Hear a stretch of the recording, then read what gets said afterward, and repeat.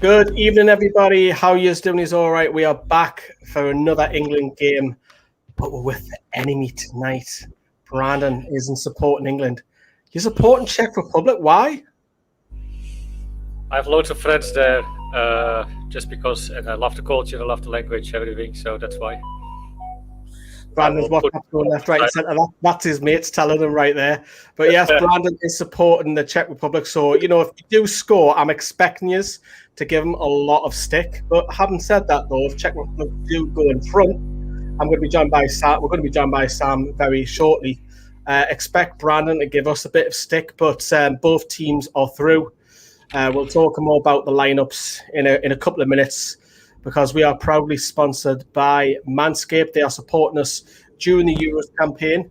And, you know, you've got to get the Manscaped logo, get the Manscaped grooming, because it's the best quality that's out there. Have a look at this. The Euros are all about bragging rights and showing pride for your country's squad. With the help of today's sponsor, Manscaped, you'll definitely be showing pride in your squad. With Manscaped, you can now trim your personal pitch without the fear of whacking your bollocks. Unlock that confidence and join the movement with this exclusive offer for you. 20% off and free worldwide shipping with NFTV at manscaped.com. Now, if you're like me, you'll never ever buy cheap razors again. Once you've cut yourself down there, you will never ever go back and buy those cheap razors. You do not want to be embarrassed having cuts left, right and centre when your missus looks down there. Manscaped is changing the way men approach grooming with their Perfect Package 3.0. This men's bundle includes the Lawnmower 3.0, Weed Whacker, Performance Boxer Briefs, a travel kit, and formulations to help you upgrade your grooming game.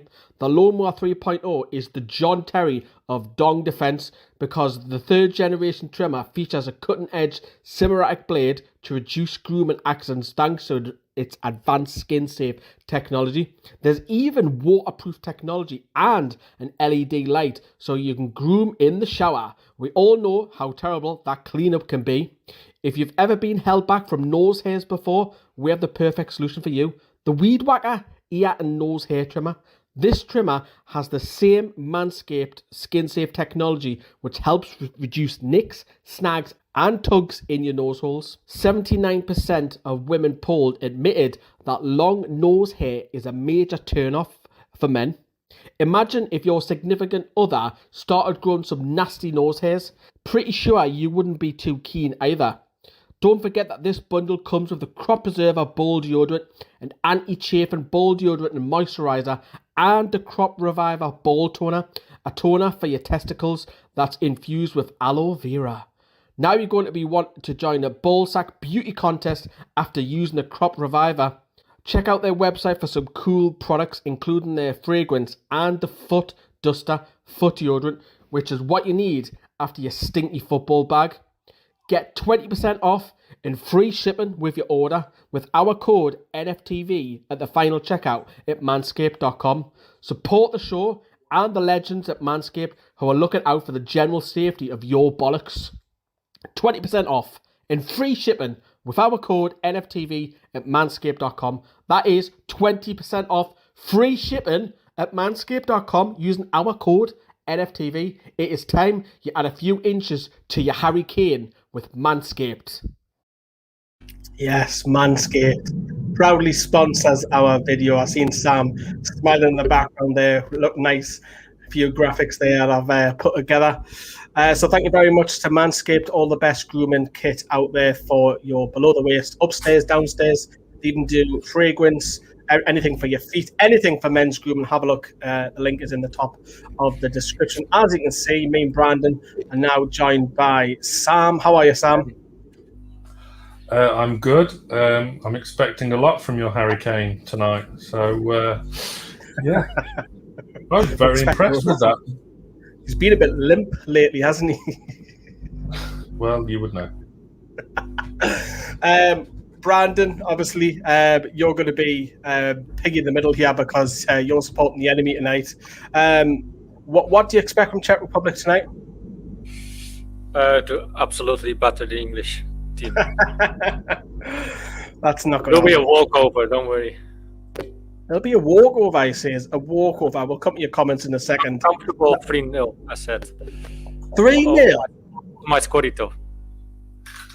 Yeah, that's I why know you're what bottom. you're gonna say. I'm not bottom, please, but I'm not actually. I'm actually 19th out of 21, so I'm above you, Brandon.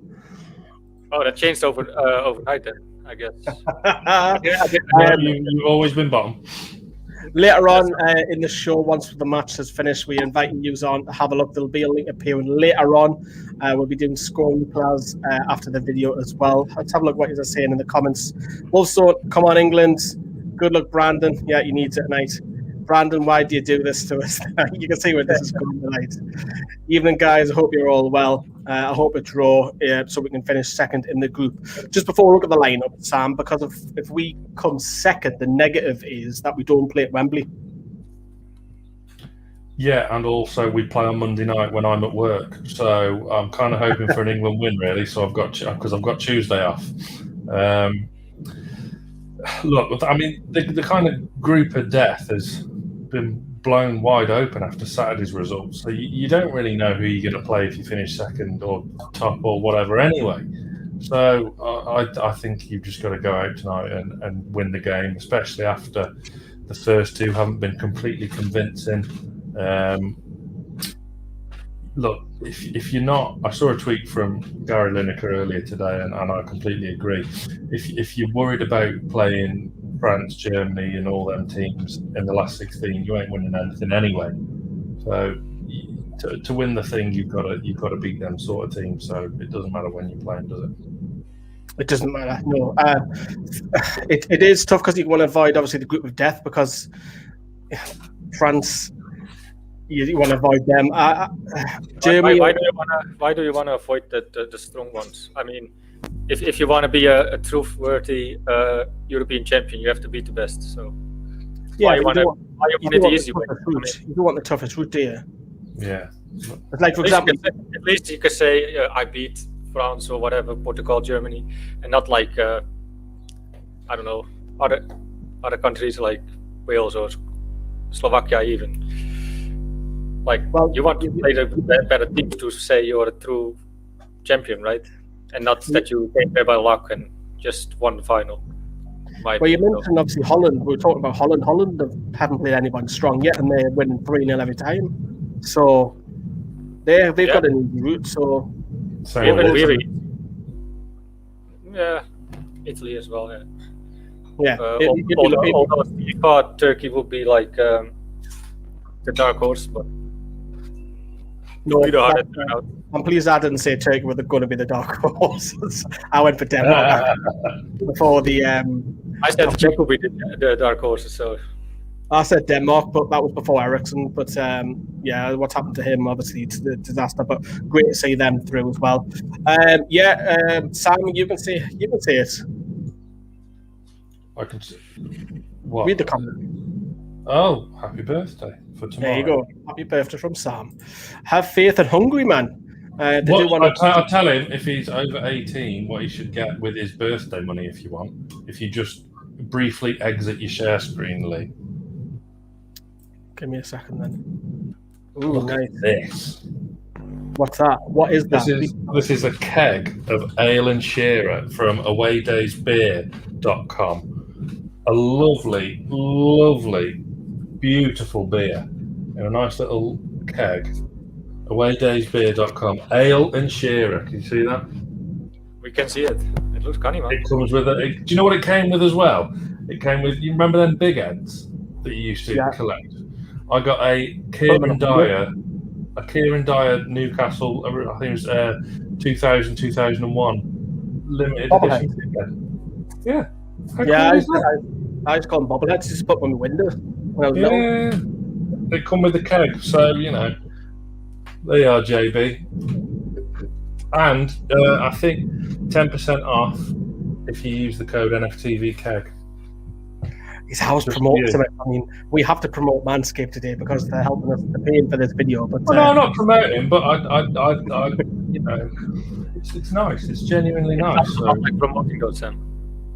Don't want to. Right, let's go back. If you hear any interference, that's the one who's in the middle. Sorry, it's my fridge again, and I'm not even close to it this time. Sounds like you're in the window or something. Maybe I am. Right, okay. Where have I just put me? There we go. Let's share this screen. Right, can you guys see? Screen, and I will pour myself a lovely pint of ale and share it. Right, okay. Right, so yeah, let's scroll up, shall we? So where did I have the lineups before? Because they've just been knocked off. We'll go to the final page, and we'll have a look at Czech Republic's lineup, which you can see briefly on the right hand side. But I've got a proper graphics somewhere.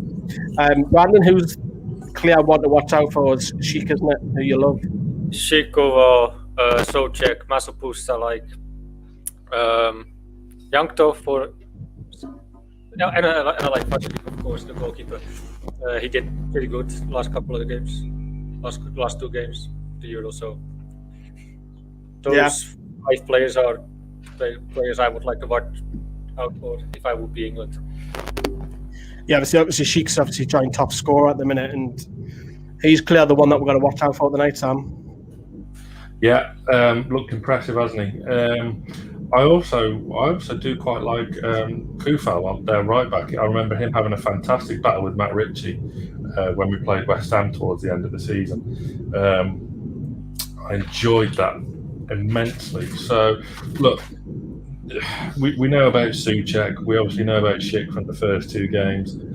They're not a bad side, but they're a side that England should be beaten and beaten reasonably comfortably. Yeah, I mean, Brandon's going to now fight big. Go on, Brandon. Koval is a kind of same player as like Denzel Dumfries, right? That's probably why you like him as well. Like coming up all the time over that right hand side, going forward, but also strong defensively, physically as well. Yeah, they've obviously got Callas as well, who we know well from the English game as well. He's been out on loan in the Championship for the last few years now, hasn't he? Tell us about the 3 behind the striker, because we don't know much about them, Brandon. Masopust, I think he played for Slavia. I don't watch the Czech league that much anymore. I used to 2 years ago, but now during COVID, I wasn't able to travel anymore there, so I'm kind of slipped, and I was jumping into this like Newcastle fan TV thing. So I was only focused on Newcastle. Priorities. Yeah, what about Janko? He did this. He did pretty well actually this Euros so far. I think out of the 3 Masopust, Janko is the better one. Yeah. Okay, then. Right. We'll have a look at the England squad. Brandon, your mic's deteriorating, by the way. If you want to jump out and come back in, so that'll improve it. And me and Sam will have a chat about England. Sam, Jadon Sancho, where is he? It's annoying me immensely. What's he got to do? And no Foden as well. Not even on the bench, is he not, Foden, tonight? Yellow card. He Southgate said before. Okay, fine. That's kind of fair enough, I suppose. But the Sancho thing, I mean, and let's face it as well, Grealish is only playing because Mason Mount can't. What do you make of that? We'll just pause there, because that is just the most stupidest rule going, because I've been pictured with shaking Gilmore's hand and how are you and whatever, but the whole Scotland team do that on a regular basis and will high-five each other, and they would have been celebrating in the dressing room, and every training they eat together. They sleep probably in the same hotel room with 2 beds. Why aren't the Scotland team not doing this? Bizarre, isn't it? Stupid. I don't really understand that one, but that's. I think that decision came from Public Health England, didn't it, and not kind of any football authority or I mean, Scotland obviously don't think it's a big deal because they're all lining up against Croatia now as we speak, as England and Czech Republic make their way onto the Wembley turf. But very, very bizarre. Mount would have played, I'm assuming, instead of Grealish or Saka. Saka's an interesting one. Walker as well coming back in. I didn't think he played at all against Croatia. I would have stuck Trippier back in personally. And this 2 defensive midfield positions, I mean, that's absolutely fine against the better teams later on in the competition, and they did well against Croatia in kind of neutralising their the threat that they did have. But you don't need them. You don't need both of them against Scotland. You don't need both of them really against Czech Republic, do you? Well, there's the subs there. You've got the so I've highlighted there. You've got Henderson, Rashford, Trippier, Ramsdale. So Mings, Cody, Sancho, Calvert-Lewin, White, Johnson, James, and Bellingham. It must be legislation that you've got to name 2 goalkeepers then, because that's every game now. But Saka's an interesting one because he hasn't played all tournament and he's just chucked in. Is Southgate just trying to get minutes for his men? I don't know, but Sterling needs a performance as well tonight. Saka did well in the warm-up games, remember, got the goal against Austria. So I've no real problem with him starting. Toon fan as well, of course. Got it in before I said that. Well, I knew you would. So I would have loved to have seen Sancho on instead of Sterling tonight, but he best come on because, and also like Bellingham as well. I think that this would have been a good game to put him out instead of possibly Phillips or Rice. I don't think you need both of them, as I say earlier. Phillips fantastic against Croatia, man of the match performance.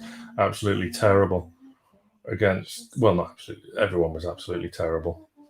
As my wife in the background sings the national anthem. Oh, she's a beautiful singer. Let's all pause and listen to Kelly. Yep, off you go. Keep going, Kelly. Yeah, okay. Quiet, I'm watching England. So, before kick-off, Harry Maguire starts. Sensible. I think this is the game to bring him back in. If he does, he does. If he doesn't, he doesn't. There's 5 subs, so it's not a big deal. I think it's the right game to bring him back in.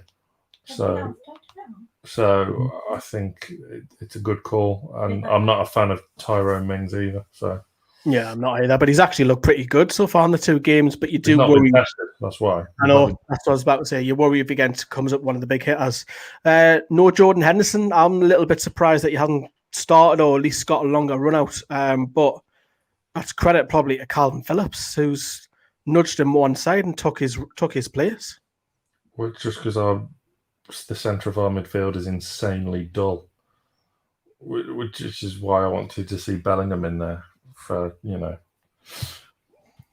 something interesting to watch, I suppose, because he's the one with real potential in there. Henderson's clearly not fit.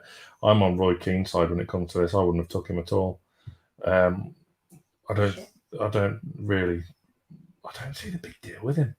I know Liverpool fans absolutely love him and he's their captain and he's won. He's had a fantastic career, but I just don't see the big deal with him. I really don't. He's a captain. Carries that extra bite to it, doesn't it? Well, he's not England captain, is he? Harry Kane is, so... I don't know. I don't see the big deal, but, I would... You notice there's like a massive Joe Willock-shaped hole in the England midfield, a real nice box-to-box midfielder who can arrive late in the box, grab a goal. But, I'm unashamedly biased. England there, you can say highlighted. If England do win the group, they'll top Group D. They will face either Portugal, France, or Germany, or possibly even Hungary, but that's probably unlikely. If we do top the group, who would you want to face out of Portugal, France, Germany? Germany. Same. Although Germany did thump Portugal, put 4 past them the other day, so maybe aren't invincible as everyone thinks. I think it makes for a better spectacle, and I think France and Portugal do have that extra level about them, despite what happened on Saturday. But we shall see. It's tournament football, it's knockout football, so let's see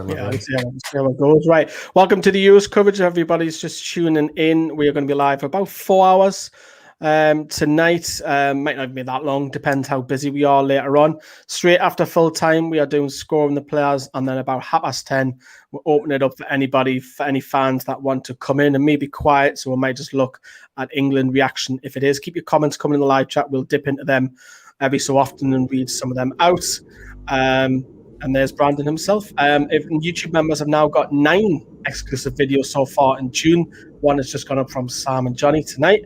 We've got one from me tomorrow. I'm in the woods. Do you go down to the woods today? But yes, if you do fancy popping on later, there will be a link in the description and also in the live chat. So keep your eyes peeled for that. Joe Willock should be in the England side next season, says Luke. If he keeps his form up, Harry Kane's going to score 2 goals and Man City offer declined by the end of the match. Yeah, they've seen that rumour going around, Brandon, about Harry Kane and Man City?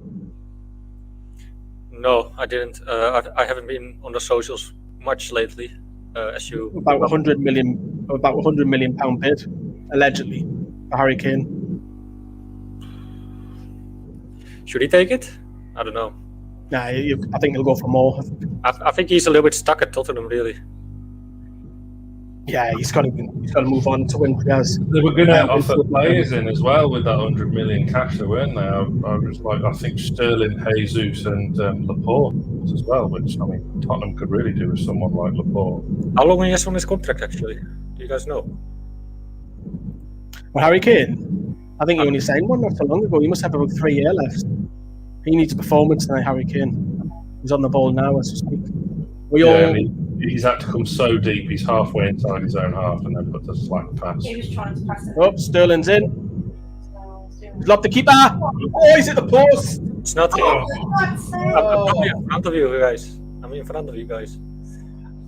Finally. How are you in front of us? We're live. But I'm in 2 minutes 2 now. And I'm not sure about you guys. Oh, you were a second. I'm on the mini box, so I might be a second behind us then. That's great. Well, I'm on 2 minutes 10. What have you sold me, Lawler? Got me I'm this on 2 minutes 15. 2 minutes 15, 16, 17. Why am I a second behind you then? I paid top whack for this package you sold me. Staff privileges. Honestly, Brandon, you've not sorted your microphone out. Yeah, you sound like you're in the sea or something. Might be best to switch to your mobile. Did it jump over again? It's just it sounds like you've got wind. Oh, well, it could be. Wait.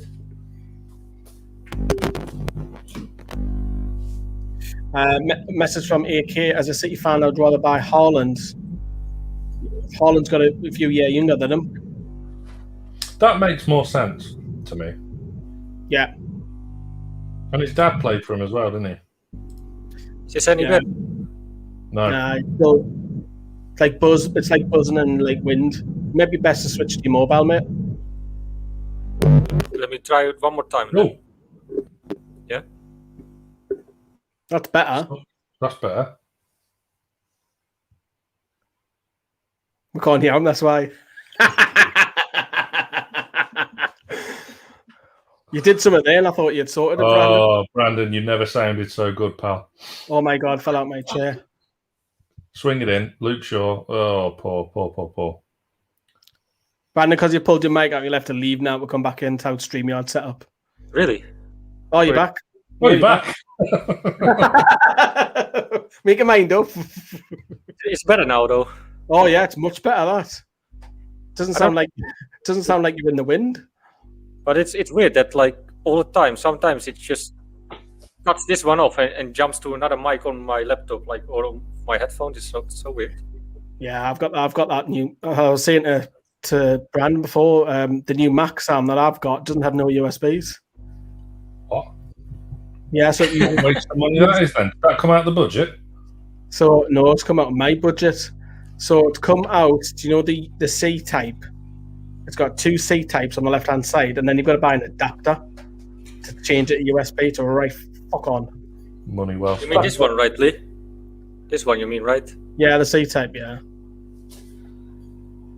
Yeah, I know all about cables. Mate, this Alan Shearer is going down a treat. I'm on the. Well, I mean, Wait. I could open this bad boy. I mean, but Good attack by Czech Republic. That shit, mate. yeah, for people who are just tuning in, Keep talking, Sam. Keep talking. this guy I will. was moving to the middle. Sam didn't know we could do that. That guy in the middle is supporting Czech Republic. Let's kick him back out. No, keep him in the middle, so Yeah. people know that he's the Czech Republic one. There you go. And you're right, I don't know how to do that. You just click on it. You just click on the very person good. and drag it. Up. That's it. You just click on the okay. person, drag it. Yeah. Oh, I'm learning so much today. Nasty tackle. It's been a busy day. It's been a busy day of filming. Tell us about it. What can you tell us about it? Sorry. We'll put it up on the socials. So we recorded a Greenwood and Mulliner show with Ed Chamberlain today, which was a lot of fun. For people who don't know who Ed Chamberlain is, can you explain who he is? Like me, for example. Oh, well, you're foreign. Ed Chamberlain, well, he is. He doesn't have Sky Sports at home. He doesn't have ITV at home. So why would he? Apparently that was... Because bad Sky thing. Sports doesn't allow foreign countries to watch their TV programs and whatever. Not with that dodgy shows. bar. As dodgy as your haircut. Says okay. Yeah, luscious.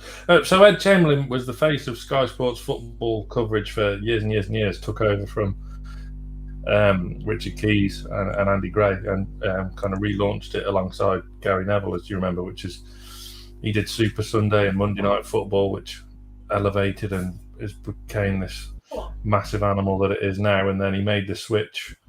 Took a big bold step to leave Sky Sports and switch to ITV, where he does the horse racing coverage. So it was a really, really interesting hour we spent with him. That's why I love him so much, I guess, because he's doing the horse racing as well.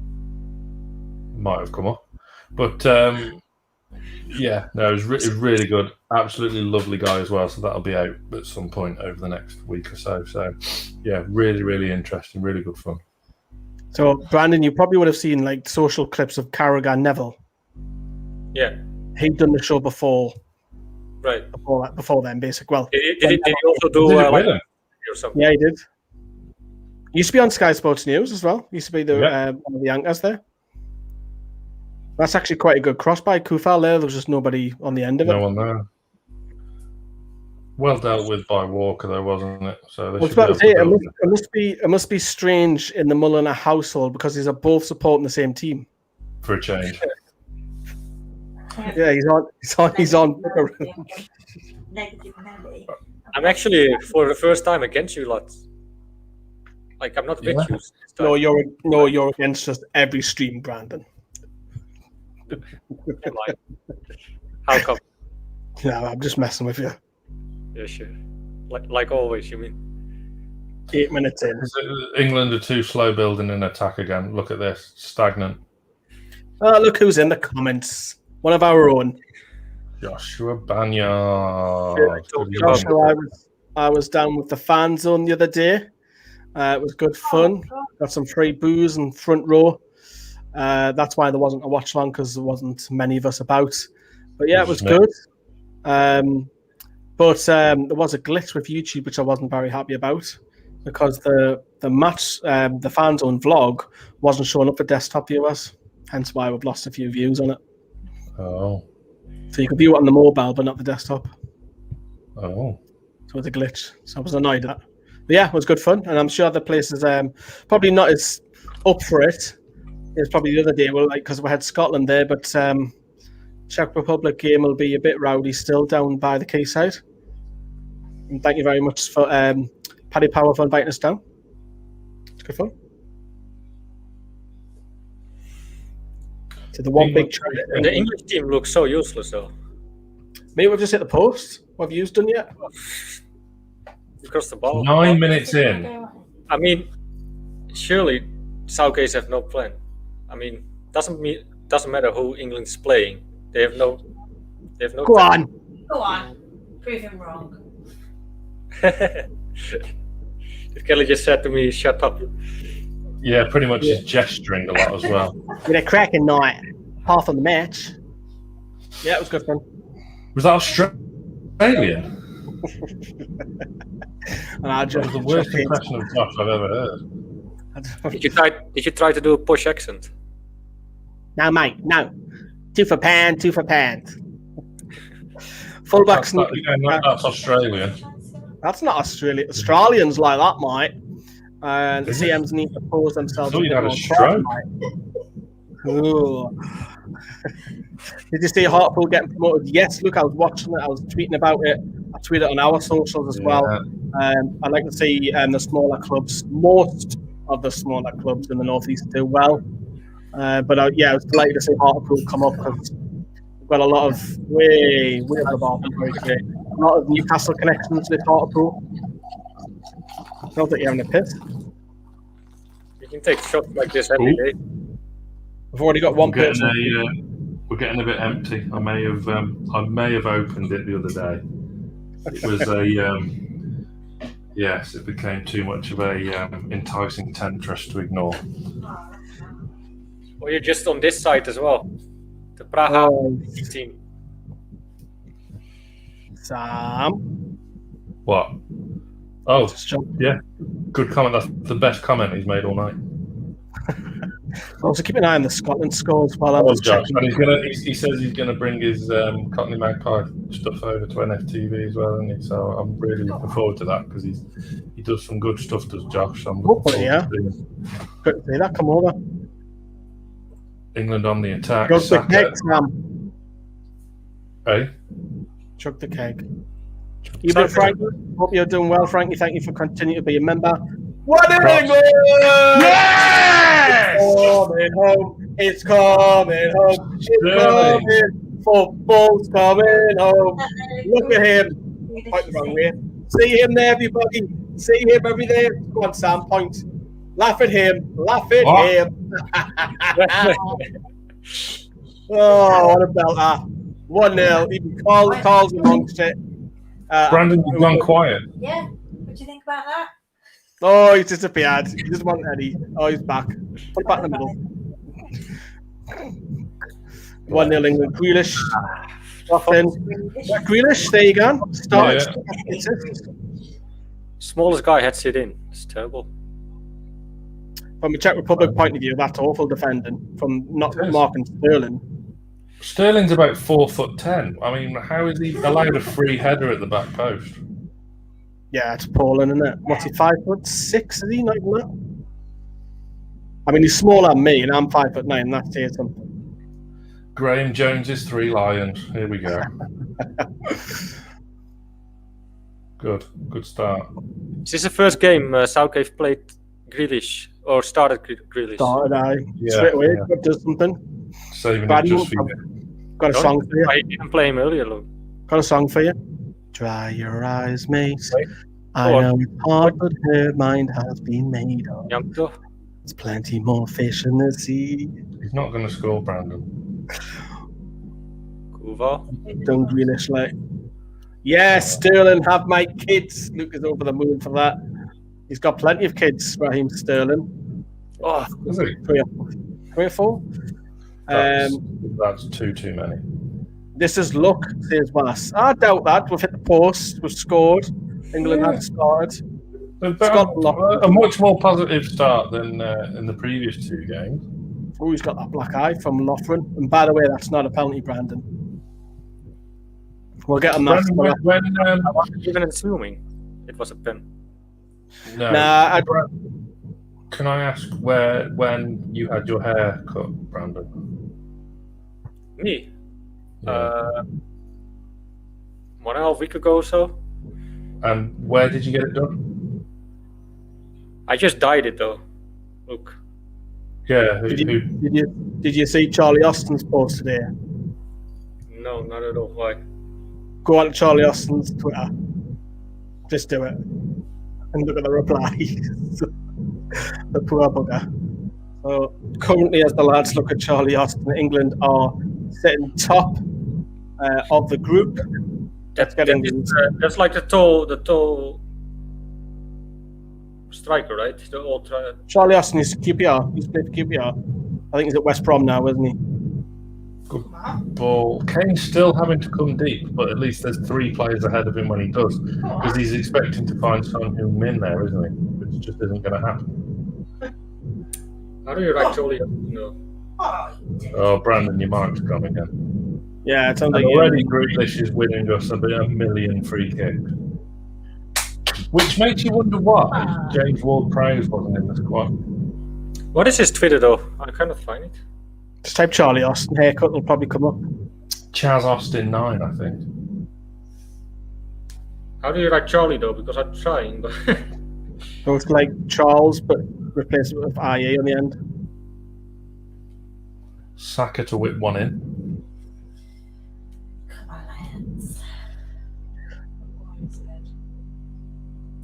So as it stands, it's Charlie Austin 10 though. But Charlie Austin Hicks, well, that's a poor free kick. But Brandon, if you do come second, at least you'll avoid the group of death. yeah, but like I said, like You might actually come third, depending on the other result, depending on goal difference. could be. At least we made it through to the next round, so to the knockout stage. So which tweet I had to? I'm trying to think like Carl there. Southgate doesn't have a logical fibre. He's blind, so what's wrong? that was a decent corner. Oh, you can see that was a decent accident. Oh, that's a free.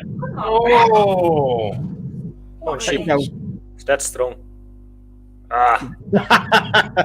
Same just push Sterling out of the way. Grealish plays 2 games as the most foul player in the Euros ever, maybe. Says Hippie. Saka's arguing with the ref. I mean, if that free kick would have been given, that was James Ward. Yeah, that's a free kick. That's a free That kick. is a free Oh, kick. how is it not a free kick? Blimmin' hell. If you are watching, if you can smash that like button, that would be wonderful. We are live up until past probably 11 o'clock tonight, roughly. That'd be wonderful. Please keep your comments coming. We'll keep reading them out as well as the match goes on. And later on, we'll be asking you to come on if you want to talk about the Euro so far, maybe about Scotland, maybe about England, the group, what's working well. What isn't.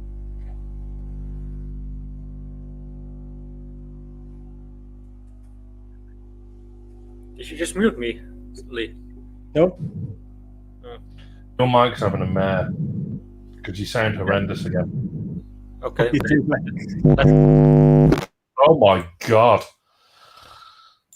Jesus, It's Charlie Austin coming on for England. the way you're going on about him, he is. Just from his haircut. I just asked Brandon just so I know where not to go to get my next haircut. Is this better again? Kind Yeah, of, but there's still Better. some interference in the background. Sometimes I just have to unplug it and mute and unmute myself. It's weird. Or just use your phone Just- like Lisa. Yeah, use your phone, might be just easier. I have my whole setup now. You want me to? It's like 20, 25 minutes. Frankie. Oh wait. Dangerous free kick, but they've played it backwards and. Ooh. I never get that. If that was Newcastle with that free kick, That's and got an that's opportunity straight to red whip it card. in. Straight red card. That's terrible. What? That's right. Wasn't even a foul. Ah, come on. It wasn't a foul. Really? Okay. There we go. Oh, Croatia 1, Scotland 0. So, Scotland, if you want, yeah. and whoever wins out that game goes through because they will have one of the best third positions. Straight shootout, innit? Unless they draw, in which case they both go home. Yeah, they do. Sam, Who you guys want to go through more? Scotland or Croatia? Croatia. Could not give less of an S. What's an S? Shit.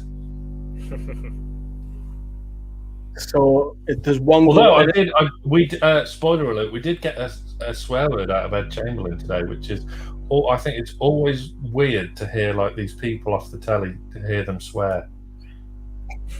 Because it's What did he say? Bastard. And he Is that wasn't is that- referencing Johnny Is that a swear word? in the context he used it in. Yes, Okay. You guys call me bastard all the time. that's like Yeah, an we do. affectionate thing, though. Yeah, it's a bit like the Greeks call each other malakas. What's that? It's another word. It's a W word. Oh, okay. They just go around calling each other Malakas all the time. Wally. Yeah, it's just a common thing. I call each other Malakas. I was getting called Malacca every time when I lived out there. Hey, Malacca! Until I found out what it was about. You got a compliment there from Carlos. Cheers, Carl. Appreciate it, mate. Lovable bastard with a shit microphone. Again? It's his fridge. But Yeah. it sounds shit again? Yeah. No way. You got a mobile tripod. I had, but I've lost it, actually. How can you lose it? Well, you're just being busy, and I had it in my bag. And after I did that Scorito game, Let me guess. You've left it in Slovakia. Or Czech Republic. Or Germany. If I knew, I wouldn't have missed it, probably. So, another Slovenia. play. Now I've frozen. What? Are you frozen? You don't. You're moving. Who else? So much. I thought you said you're frozen. You haven't. I did briefly. So Oh, I didn't missed 10 seconds of bants. That's Pickford's all day. That's rubbish. The Czech Republic look a bit shit. We were linked with shit last summer, weren't we? Yeah. Well, Roma, didn't they pay €40 million? Yeah. Roma are signing Patricio from Wolves. Fun fact. Is that going through then? Yeah. Because I don't make their backup goalkeeper John Ruddy's awful. Oh, he's all right. They'll Oh, sign yeah. someone else, won't they? But Oh yeah. You know who we signed? Nobody. Still no. nobody. And I see Porto were interested in Jacob Murphy today. And what the contract situation? Because there's rumours that he's got a year left. He hasn't. I think the deal's done. I just don't think they've announced it. What, with Murphy? Yeah, I think it's done. They just haven't announced it. I think what they'll do, they'll announce 3 or 4 players at once, take a photo of them all together or something. Saves money, doesn't it? Yeah. Ian Serena doesn't have much work. Don't want to be paying War Serena overtime, do you? No, Serena's lovely, to be fair. She is. Does a fantastic job. There's some fantastic people working at the club.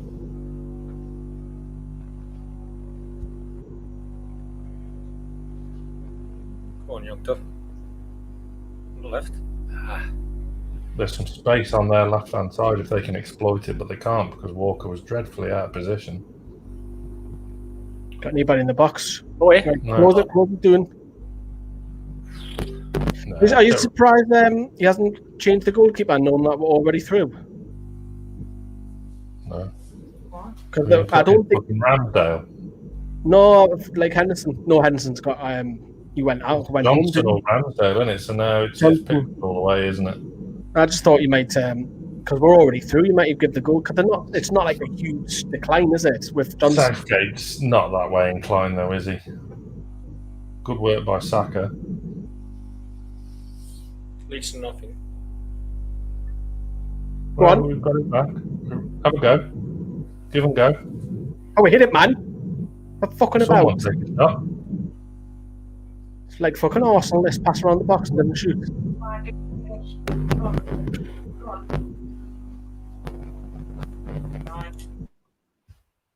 Oh, that sounds much better now. Doesn't it, Brandon? If you like mute yourself, like in between you talking.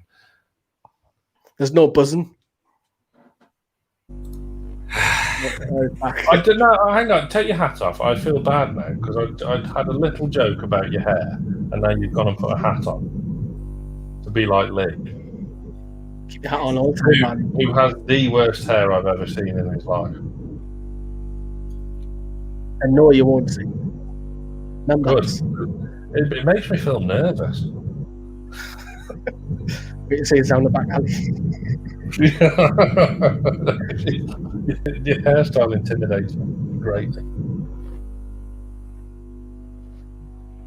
Oh, it's Sterling. Oh, go on, kid. Carry kid. Clear it. Good. Oh, he saved it. Oh, what a one-handed save! He had a good game against Scotland, the keeper. Yeah, he did.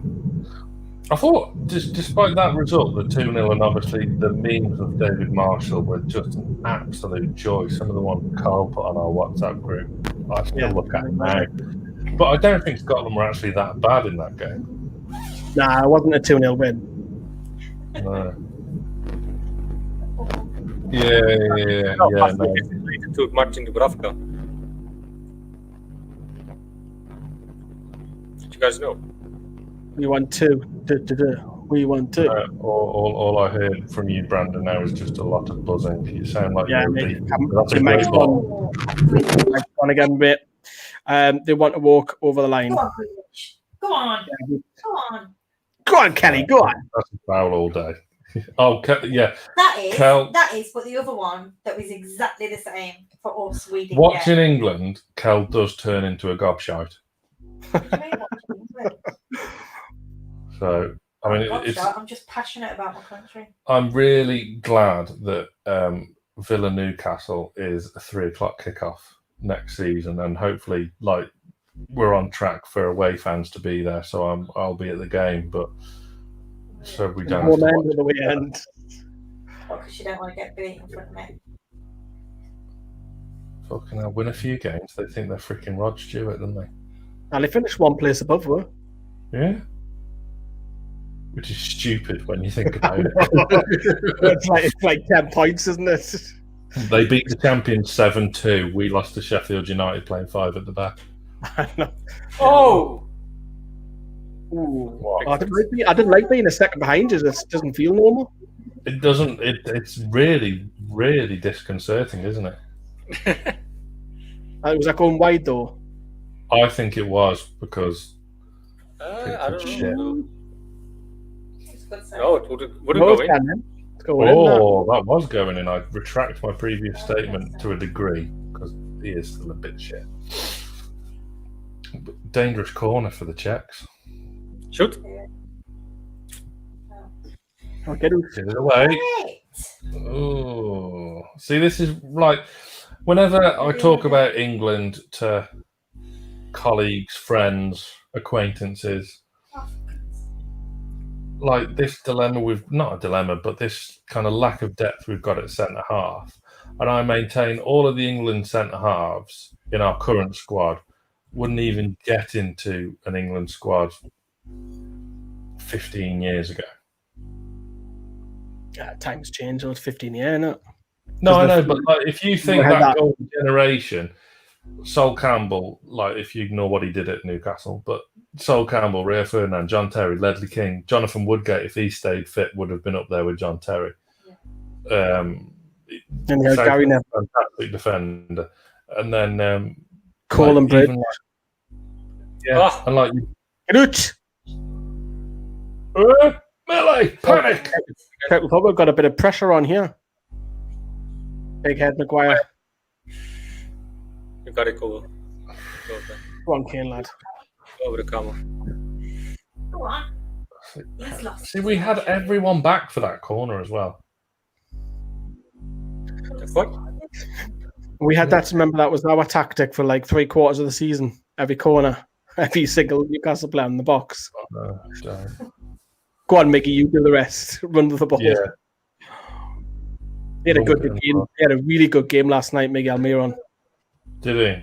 Yeah, played in the 4-2-3-1 out on the left-hand side.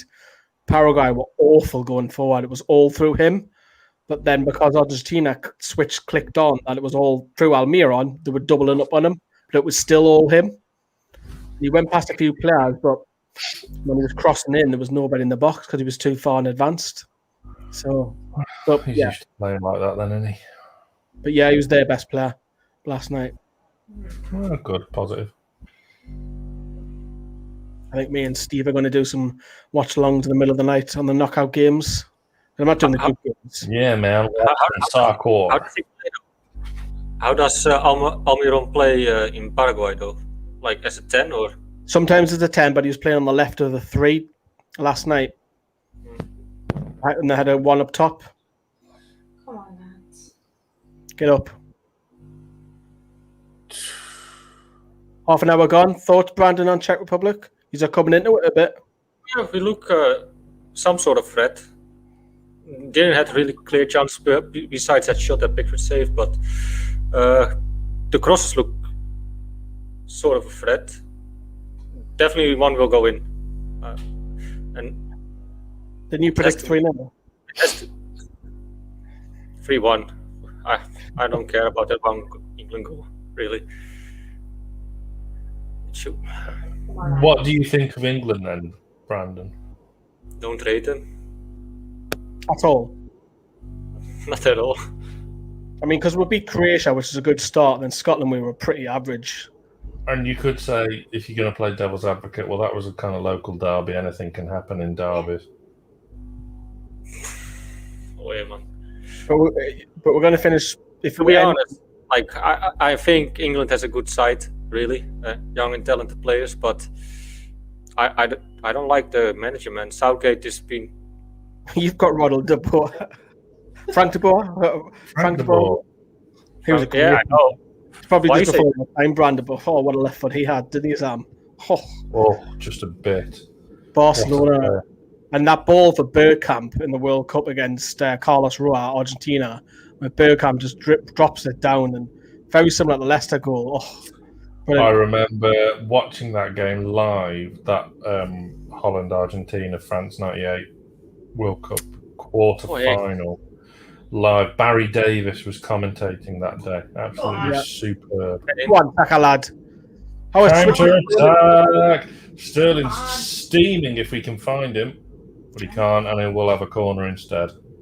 Let's have a look at your comments there. So, 25 to 30 years ago, England had abundance of talent at half. I mean, Tony back Adams, in the great Tony Adams, couldn't even get a game for England half the time. Probably because of off-field problems. That's probably why Tony Adams didn't play. Shearer said that was his toughest opponent, Tony Adams. Yeah. Match of the day, top 10. Did you just watch that? Well, Brandon, you kind of, but... No, but he has been on Newcastle fans' TV as Shearer. Did I ever tell you about that time I interviewed Alan Shearer? And I edited you, made you look good as well. Did I tell you about that time as well? Yeah, did I tell you about the time he follows me on Twitter? Good job, I made you look good. It was. Evening, lads. Evening, Thomas. His brag is so pathetic, but that just makes it hilarious actually as well, and kind of cute as well. But he's like Just a little best friends with Alan Shearer. little fanboy. He's a little fanboy. Yeah, That's like giggling. And of course. Who isn't? It's Alan Shearer. I would play it cool, man. And I remember when I had Shearer on, right, because I'm getting calls left, right, and centre, and I'm driving. And by the time I didn't have a modern car by the stage, I had the old Astra, which was like a 2009 Astra. Sam was like, "Well, put it on your car or put it on loud." And I was like, "Can it? I'm driving the Astra." I didn't want to say it. The Astra can't do that. But thankfully, Is that the Opel Astra, right? it was the 2009 9, yeah. But I've got like a 2016 Insignia now. You guys So- are weird with the Someone's Opel as well, right? You guys call it Vauxhall, I think. Yeah, that's what I've got, a Vauxhall Insignia. Oh, you call them Opals. Of course. Mine's not the Opel make, actually, mine. He's give us a free kick, was it 18? Mine's the CTI. Get on with it. Biggest car I've had by quite a distance, mate. It's massive. Is that your missus car that you came up with, Sam? Because you obviously haven't got the... Yeah. Aye. Yeah, because mine, she has the one because my car is the family car. Aye, the power car when I got in. Yeah. Yeah, when we went to Arsenal. when you got soaked, Good literally. job I had that car that day, otherwise I wouldn't have made it through. Oh, it's great heading. Oh, how did you not put it in? Oh, how's he not found the target? Shit. Oh, Brandon, he's got to put that at home. How did he not hit the target there? Souček? I don't know. A good question. I mean, Mind you, Luke Shaw was very brave there. Souček. Oh, Got caught. Oh, he's got to be hitting the target. Your mic's gone, Brandon. cutting analysis. Oh, he's got a. Mind you, we're fortunate, mate. That hasn't hit the target because that's a goal. He should be hitting the target every time. See the last couple of seasons he's had as well for West Ham, Souček. It's better now, though. England just need to kind of. Am I better again, lad? No. No, you better. There's not the wind noise in there, just a tiny bit of buzzing. Yeah, but that's my fridge. I told you already. No, it's not. That was your mic there. That was your mic. Oh, okay. Let me try to fix it one more time. Fix it at half time. Have 5 minutes, and fix it at half time. Have you got a C type? What's your plug in into your laptop for your earphones? I do. Oh, Brandon, Jesus Christ! Huh?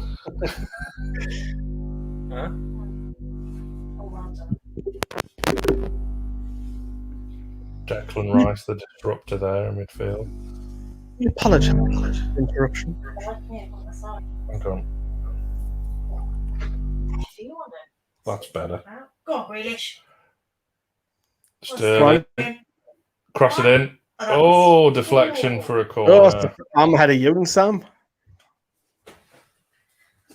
Better. At least they do kind of look a bit more threatening going forward tonight. We look way better than we were against Scotland. I know. That's what I just said. That. Really? Oh yeah. Don't agree with me so aggressively, then. Honestly, I think you're lagging, Sam. am I just as welcome having a domestic? No, you're But we're back. I agreeing. think you're back now. No, you're back. You're fine. So we've got Brandon with no sound, me lagging. It's going well. Yeah. What about this? Oh, Yeah, that's much better. That's what I kept saying. Use that. that is perfect. Okay. I mean, it's only taken you 37 minutes to figure that one out, but Go on. How again? go on then. Come on, do something with it. Oh, There's men over if you can find it. Oh, Grealish, man. I'm not even Oh, bothered because I'm silly foul. I'm ahead of you guys, so I can't be bothered. Just know what's happening already. It's just funny to hear your reactions, and I know it's. It is weird because Nothing is gonna happen. I'm on the mini box. And normally you're on a dodgy box, Brandon, and you're like a minute behind. I'm not. This is just from my normal TV broadcast. Oh, I know this is, but when we're doing Newcastle watch-alongs, you're usually like a minute behind. No, sometimes you've got the Dutch coverage, haven't you? Say that again. Sometimes you've got the Dutch coverage as well, haven't you, of the Premier League? Yeah, we do. How many Then games do you get in Holland? How many games? Yeah, do you know, like America gets like every game. I have no idea. Literally, like Go on. Go on, Like get in the late- block. How are then? nothing's happening. But I know when it's all different times, because of COVID, they wanted to have like one game per window, right? One at 3, one at, Then we have all of the games, but when it's like 3 games at the same time, they always pick like the big teams. So, and that way, that's when I'm not able to see Newcastle and I have to watch it through my Dreambox. And I just renewed my Dreambox, so I got like American channels, UK channels, Syria channels. It's mad because loads. if you're in the States, NBC, which is obviously going to be moved to Peacock, they get every single game, which is crazy. Crazy, man. Crazy. Yeah, they get every single game what they can watch. And then obviously the UK, we're going back now to what it used to be with the broadcasting. So that's 4 live Premier League games a weekend with BT and Sky. Sometimes 5. Sometimes 5. We might find reviews might go shoot up because it's not a live game. But Brandon, are you still coming over for the first game of the season? Yeah, I'm playing too. I just don't want to take a jab, as you guys call it, a vaccine. So I need to have a negative PCR test probably. What's the age bracket for COVID at the minute over there? The what? The age what? Well, we've got an age bracket. It's under 25s now. Can start. Oh, right. I think it's until 18, if I'm not mistaken. You should get yourself one. Why don't you just get one? No, I'll just wait a few years, and then I will see if needed. You know, why? Because I don't know the long-term. How you call it? That side symptoms. Brandon, you take drugs, you freaking idiot. Who says I do? Who says I do? I take drugs. Nobody takes drugs on this channel, allegedly. All right, chaps. Yes, George, we're great. Thank you very much for joining us. Yeah, fantastic. If you're sticking around, post-match stuff, loads of stuff coming up. So if you don't want to hear ITV's coverage, come and join us. We'll be scoring the players at full time. I'm assuming Sam Matterface is on comms for ITV, so you know. I think so, yeah. Doing you a favour watching it on mute. Yeah, nah. And then we're opening it up at 10:30. Hopefully, we'll get Steve. I think he said he might pop on for neutrals point, so hopefully we'll see him. Frankie's gone on to say nowhere enough tempo in England to play at the moment. Would like to see inject a bit more pace and urgency into the play.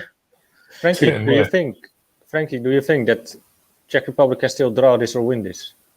Because of what you're saying, England is not picking up any tempo or whatever. I think if there was more in the game, it would be. They've got to be, and I think there would from the Czechs as well. Because this game, they're both through. It's like, well, there kind of is something. Like you're playing for your next opponent basically. So you still don't know who that opponent is yet, though. I don't like this third place bollocks as well. 1-1. Croatia 1. Scotland 1. That means both teams go out, and it looks like it's the Celtic lad from midfield. Come to Scotland if you want, yeah. 1-1 Scotland. Whoa! Scotland. Frankie. I actually like Scotland. Love Edinburgh. Yeah, I've been to Edinburgh as well. It's nice city. Brandon, you've been everywhere. You've been to Miami, you've been to Edinburgh, you've been everywhere. I've been almost over all of Europe, man. So holy. Score predictions. Well, I didn't actually have one, but I wasn't that bothered about the score. But Brandon went 3-0 Czech Republic. Yeah, I like to make an adjustment to that. I would say 3-1. 3-1 still, even though we've still got only half to play. We were talking. I will flip this when you just say this, and if it happens, you're doomed. Yeah, but if it turns out 3-1, if that happens, then you can have access to all the socials and whatever you want. Okay. No. I mean, you've got access to Facebook anyway. Sure, that's fine. But George, if England come top, they play at Wembley for the majority of their game. If England actually won the competition, that's a big if. They would only play one game, not at Wembley. So it's like a home tournament for them. So that's the positive win in the group. But the negative win in the group is he will play likely France, Germany, or Portugal. Probably Portugal or Germany, one of those two. Was the Scotland and England game also at Wembley, or was it in Glasgow? Yeah, it's at Wembley, yeah. Okay. Yeah. But if we come second, like the Czechs are at the moment, I mean, you're discounting Hungary a bit too easily there. Who have Hungary got? France? No, they've got Germany. Germany. Grealish has been fouled again for a change. Cool. That was bad, that was. Was it? Yeah. Why does he play with his socks right down? I don't know. That's how he always plays, man. Shorts 2 sizes But too small. You can't say a bad word about Grealish, is that? I bet I could. Could you? I don't know. Tenerife. Has he or has he not played well? He got the assist, didn't he, Day, for the goal? Yeah. He got the assist for the goal, Day, so he done all right. He's everywhere. Well, no, he's on the left. And that's half time. And Jack Grealish half time. Wonder why Kelly loves Grealish so much. Because she supports Villa. And he needs an encyclopedia. Besides that, Snack time. Well, he's a bad lad, and he's one of them. And I think I've seen an interview that if he wasn't a footballer, he would go on Love Island. I mean, that says it all.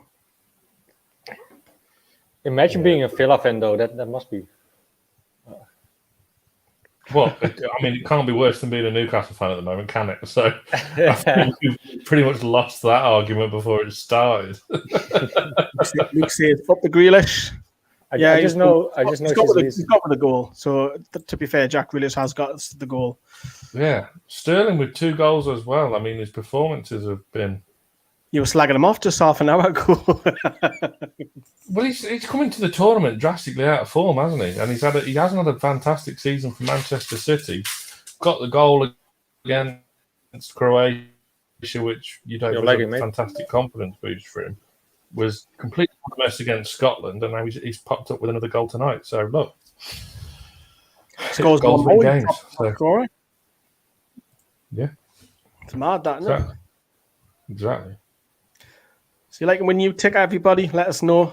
Extended ticker, StreamYard. You can say the Greenwood Mullen Show going past your screen there. Yes, I mean we've all got homework to do in this halftime break. Everyone that's watching now, if you go onto your podcast app, type in the Greenwood and Mulliner Show on Newcastle Fans TV, and then subscribe and rate 5 stars, please. That is your homework. Or if you will, like me, just ask Alexa. Yeah. Alexa will do it for you as well. This will really fuck people up. Alexa, play the Greenwood and Mulliner Show. See, people will be watching that at home going, fuck's sake, Alexa, stop. Turned off now. Brandon, obviously you're supporting Czechs. How's your first half one? Can be worse. I mean, England are for the taking, sort of. Like, they're not playing well. We have our half chances. I can see still a 1-1 draw, but I have to stick with my prediction 3-1. Well, I said 3-0, but I had to adjust it. Yeah. So 3-1. George, we've just really briefed on Sterling, so we'll not go on. But keep your questions coming in for the group. Those 2 chances, Brandon, obviously the first one, Pickford from outside the box. Mm-hmm. Looks like it's going in. He has to save it. The second one from Southgate, though, if that just goes 6 inches the other side, Pickford's stranded and it's a goal. He wouldn't have a chance with his tiny dinosaur arms, so... You can slag Pickford off. I think I know I can. That's probably the only player I'm allowed to slag off out of the whole England squad. So, John Henson, you can. Sorry, Kelly's just brought in some crisps, so that's what I was saying. Yes, I can tell. Where's your keg? Yeah, awaydaysbeer.com. I'm on the hard stuff. Hard stuff, right? Use the code NFTV keg for 10% off. Who's got the shrooms? For the Villa game. There we go. I am desperately getting towards the end of the keg though, so it's oh dear, I've reached the end of the keg. Let's do some screen share and have a look at the Scotland game for their stats, and we'll have a look at England's as well. Fair play to Scotland. Great, as Thomas has just said in the comments there, great finish from Scotland. So, McGregor, wasn't it? I think McGregor, Celtic lad midfielder. Yeah, Thomas, there he is. There's his comment. Thanks, Thomas, for commenting tonight. Please smash the like if you're all watching. Great goal by Scotland, but it looks like Croatia are dominating possession. But possession means nothing in football, so... We know that very well, actually. Yeah, we know that very well. Even under Rafa, we know that as well. But Croatia have got more shots. But obviously Scotland have got a couple more on target corners. Scotland are winning that in fouls as well. So, but if that ends in a draw, both of those go out. So, who've Scotland played, actually? We're going for 3-5-2. So, That's exactly how the Dutch play as well. Frank de Boer would probably say we play 3-5-2, but we actually play 5-3-2. Frank de Boer is incredibly similar to Southgate, though, isn't he? He is. Because And that's why England is not going to be the European champion, nor the Netherlands. So you can kind of see, like, because they're both kind of, I think it's fair to say, failed club managers, aren't they? Right, there's a little league table. I mean, Austria had come second. I was quite surprised because I said, I know it was Matt. It was Matt who said Ukraine was one to watch out for, and they gave Holland a really good game. Austria looked half decent against us in the friendly, though, didn't they? Yeah, but didn't play David Alaba at centre back. He's a waste there, absolute waste. He's their best player. Absolutely. But I think the Netherlands had a really lucky draw. Probably out of the top 8-9 countries, they had like probably the easiest draw, together maybe with Italy. Although I think the Netherlands would struggle a little bit more in the Italy group, though. No, you're right, Brandon, because Ukraine were the seeds in that group, weren't they? Yeah, and that Holland game with Ukraine could have went either way. It was so entertaining. One of the better games at the Euros. This is the current live league table, how things are at half-time. So England will top the group on 7 points. Czech Republic are sitting in second. Scotland and Croatia are going home unless one of them scores. So basically, the next goal wins effectively. Go through. That's how tight it is as well. Next goal wins rush keeper. Basically, isn't it? Literally is. Mm-hmm. Let's have a look at the stats from the Czech Republic. There's Raheem Sterling. So England are shaded at 59% possession. Quite even on the shots. Corners, England have more than double. Brandon did make a good point earlier before he ruined it by saying 3-1 Czech Republic, in that 1-1 is still obviously on the cards, because we've seen a couple of times, haven't we, that England haven't put this game to bed, and whilst it is still 1-0, you know, Czech Republic have got players in their team going forward that can put the ball away. How so is that not freaking? There is still a danger. Brandon, do you feel if England score again, that's it? The Czechs haven't got enough to come back? We're going to change it to 3-2. Yeah, I'm afraid so. So you think 2-0 and that's a game over? Yeah. Well, it depends. If it happens early, it might be able to change. But if it's like 75 minutes, it's done. I think the longer it is 1-0, the longer it is 1-0, the more chance you'll have belief. Yeah. And I mean, it's not that we are like we don't have any chance or whatever, like, or we don't look like a threat. We get space from England, and I mean, I would say that really. Harry Kane giving Xhaka some advice as they walked off the pitch at half-time. The Arsenal youngster has been excellent so far, say the BBC. Do you agree on that, Sam? ITV. He's done all right. Final kind of ball and like his final pass has been a bit frustrating, but on the whole, he has done well. Yeah. I maintain I still want to see Sancho in the second half, though. Yeah, why is he not playing? It's madness, isn't it? And then Karen Carney's gone on to say some stuff. Brandon, I want to ask you, forget that it's England just for a second. Okay. What do you make of Mount and Chilwell not playing? Because they've obviously got Paddy with Gilmore and shook his hand and said, hello, mate, how are you, whatever. So they've got to self-isolate and can't play for, I think, 7 days. So they'll probably miss the last 16 as well.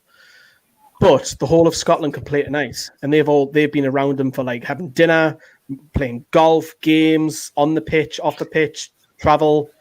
How is that right? It's not, but that's why the whole fucked up. The whole COVID thing is like a weird thing, and all countries have different kind of regulations and rules, and it's a mess. But because it might even happen that the final is not even played at Wembley anymore, right? Maybe No, in Bucharest. Well, they've said that because the UEFA 65,000, wanted. I was saying. I thought it was 1,000, like 1,000 VIPs or something. What, for the Say that semi-final and again? final? No, it was saying, I think because UEFA were saying that they might switch the final because they don't want. Sorry, UEFA want 1,000 people just bypass the COVID for like VIPs, and then they're threatening England by changing the destination for the final. Well, the government will bow down to pressure because it's good business. Money. So, Yeah, it's money. That's what it is. Well, if they bow down to pressure, the takeover is on. well, that's not the government, though. That's the Premier League. The government were on side for the I know, for the but takeover. if Johnson can really press the Richard Masters or whatever, or Which he won't. there must be ways of Johnson doing things and saying like, please let this go through or whatever. I think that will be possible. If they will, I don't know, but like, yeah, the takeover for another day, for another video. I mean, we don't really talk about it much on NFTV because it's just, if it happens, it happens. I think we've all got sick of it. We don't post. I know I have the same, but still I have that. After last year, because like first and foremost, closing the channel title, the fans. I don't want to know now until it's done. Simple as that. And I think we'll only ever do a video if it's got legs. Right, this is happening. Let's do a video. But that's why we're not doing any vids on it. We don't really post much about it on socials because we're just all a bit fed up. If it happens next month, and Ashley, I mean, I don't want to hear about it, but if it does happen, don't get me wrong, I'm up there in 3 hours flat and I will be there drinking cans under the statue of Sir Bobby Robson topless. So it is what it is. We will have like biggest live stream party ever known on any football channel. We will be live for like 8 hours solid. We'll have to take turns because I'll probably be knackered. But, I'll probably swim the North Sea and get around the border security. Again, yeah. Quality. Just to go back to England, Karen Carney's gone on to say that Kyle Walker's been outstanding. Would you agree on that, Sam? Because obviously first game he was horrendous. Yeah, he has been better. But most of the Czech Republic's play has been from the other side, and from very centrally, actually. But he has been better. He's been calm and he's been assured. When crosses have come into the box, he's kind of either chested it down and played it past for Pickford to gather, or he has been better. Yes, he has. Yeah, Carl's gone out and say he'll be doing the helicopter on the 9 bar. I would wish you good luck at the 9 bar because it's closed. That's a Wednesday night special. It's closed anyway. They haven't reopened any of the bar or any of the official club shop because that's and it's called Shearer's, Carlos, not 9. Yeah, Shearer's bar, and obviously the Castor is meant to be coming in, but we'll see on that. We'll keep our eyes peeled. I just really hope that the concept kits of Castor are coming out today. I'm not sure if they're legit though, but I don't like them at all. I've seen some concepts, but this one is probably the worst. They're quite new. I like the black one, but the blue one is a terrible one. Like Tim Krul was calling for his goalie shirt, it's terrible. Someone's got into touch with the BBC. Gavin says much better performance, Saka revelation, but corner delivery is awful. Seriously, no room for James Ward-Prowse in this squad. Richard Cole's gone out and said Grealish is like a brilliant decon at a crowded altar at a major feast. Just there when you need him. I can't hardly say that. I'm going to have to switch screens. But you can see it on your screen because I'm back on a StreamYard. Let's head up to Wetherspoons, says Luke. Cheap and cheerful. Yeah. Not wrong for good Wetherspoons, man. No thanks. Do you have many Wetherspoons down your neck of the woods, Sam? Well, they're everywhere, aren't they? But the town where I do the majority of my drinking because of the Darts League, whatever, Newport, Shropshire, shout out, am I right, does not have a Wetherspoons. They've resisted for quite some time because it would actually destroy the local pubs there. And some very good landlords. shout out Mick Collins of the King's Head, great supporter of our darts team. So, yeah, no Weatherspoons in the town I drink. Ooh, Brandon, there's a stat for you. England have never lost a competitive match at Wembley when leading in half-time, winning the last 30 such games in a row. Oof, that's a stat. It's coming home, as it is. See, how I sing it.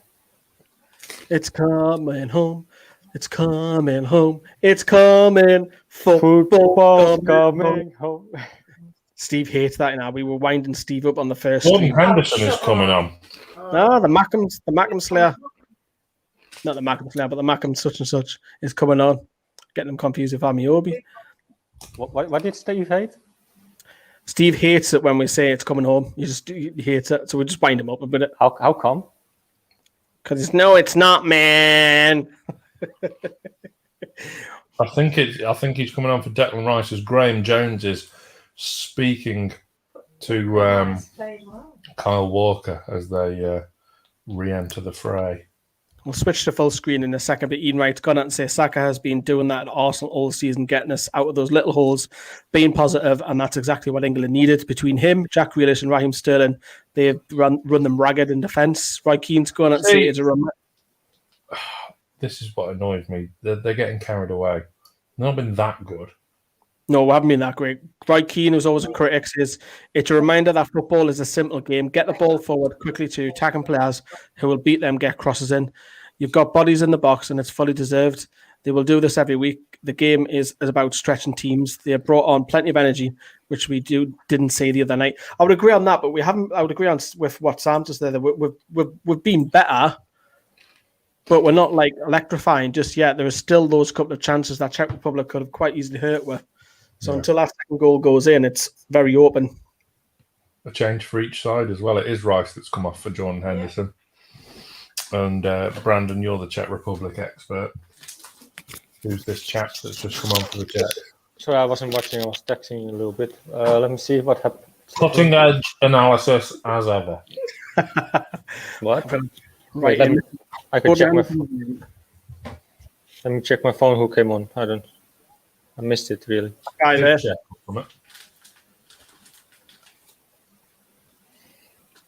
Gripping television. I tried to refresh my live score, but it doesn't say yet. Who came on? Come on, lads. So England are now shooting towards the Gallowgate end.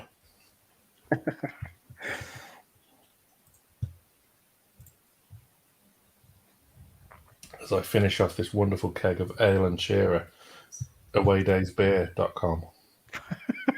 NFTD keg for 10% off. You can finish it. Sefri came in from Youngto. You can finish it. Go on. Carl's necking it. See? So nice, even the missus likes it. Who was the lad who came on? Jordan Henderson. No, I know who he is. Sevlik, he plays for Slavia Praha. He came in from Youngto. There we go. Petr Slavaric. I'm just looking at him on Wikipedia. 9 caps, 0 goals. He's a midfielder. Hey, they've got Thomas Peckhor. Do you remember him? Sam, he used to be at Watford. Who? No, he's at Spurs, not Watford, Spurs. He's 32 now. He started off with Spurs and he went to Southampton. Oh, yeah, vaguely.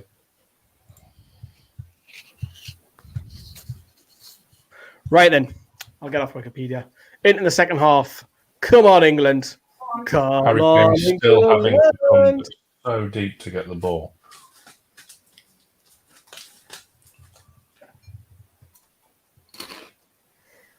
Henderson has passed it sideways majestically. Mad how it's dark where Brandon is, and it's proper light here. And again. Like it's dark where you are, and it's proper light here. It's sort of dark. It was the longest day yesterday. Huh? It was the longest day in the year yesterday. Yeah, true. Can't beat a good solstice.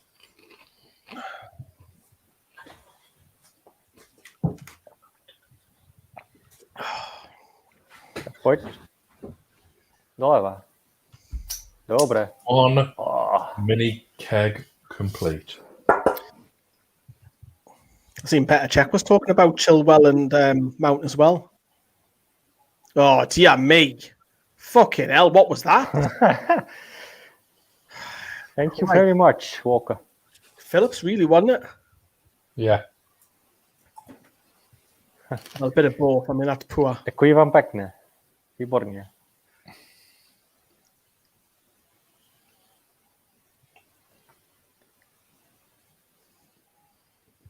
Ooh, we've got some. Harry Kane takes up the Alan Shearer position at the front post. We are live on Twitch as well tonight. Gamer JB is watching us over there. Brandon, Sam, Lee, hello. Hello. How are you? Hope you're doing well. There's Brandon showing off his tattoos. Nice work, Brandon. I will cover them up for you. Tell us what your tattoos mean. Have you got any tattoos, Lee? No. Never been one for them. No. I've never seen the appeal. I've always worried in case I'm like an old man. Do you know when they're getting horrible? Mm. And you look like right chava. Mm. Brandon, how many tattoos you got? Well, I got a really good Clean one though. Tattoos. Don't take your trousers off. I don't. I've seen that one because I remember you getting that. I remember when you got that done. I was only last year, wasn't it? Say that again. That was last year. Yeah. Just before I joined, or maybe I just joined. Just NUFC. joined, yeah. Yeah, because I think you got bollocks because it was COVID and you were going out. And yeah, I just got my half sleeve. These are all my ex-girlfriends here. Don't tell the future ones that. See? All my ex-girlfriends. Fucking hell. So What did you tell future girlfriends? Goes, these are just my daughters. no, I'm just saying, like, if you don't behave, you can be next one in line. Fucking hell. Look at Seth. What game? Fucking hell. That's the most mad thing I've ever heard, Brandon. I know someone who had, it's actually one of my pals, who had his girlfriend's name tattooed on his stomach. So when he split up with her, he used to always just say on a night out that was his daughter. Well, I'm not even. removed though now, can't you? Yeah, You guys probably think I'm joking, but I'm not. No, we don't think you were joking. It's Brandon. You're bonkers. Yeah. We So learn what something new every Shouting day. out some names. Is this Alisa, Elisa. Jessica, Livia, Who? Livia, the Slovak Oh, girl. yeah. We We all know her. And Barbara and Megan. Bodvora, that's a craft Barbara, beer, isn't it? that's the Czech girl. Ah. Okay, good. Okay. Mr. Luke in the comments. Do you know this person, Yep. Brandon? Yes, I know her very well. Ciao, Mari. Is she next on Have you your booked arm? him for your next tattoo? she might be next one. No, I joke. Oh, we've turned it to Love Island here. Sam and Lee are scared for life. Yep. No more than normal. Sam, what crisp are you munching on? Oh, just some cheap Aldi salt and vinegar twirl things. Aldi, I thought you'd be like a Marks and Spencer kind of guy or a Waitrose. No, see, me and Johnny had a conversation about our earnings last night, and it quickly became apparent that I'm not. Why did you think we've got loads of money? I don't know. Maybe we give off the vibe that we have. There's an East Wing and there's a West Wing in the Muller household. There's not. We've worked our absolute. How old are we? Lee. 31. How long have we been together? 13 years. Me and Keller worked our How long absolute have we nuts been for together? everything we've got. Lee, So, how old are you again? I'm 35. Yes, this woman is older than you. She's actually Oh, 37. you're going for the old, you're going for MILF. Can't say too much, so. she got kids. Not wrong with that. Just one. Yeah, never be in charge of it because I wouldn't trust you. Say that again.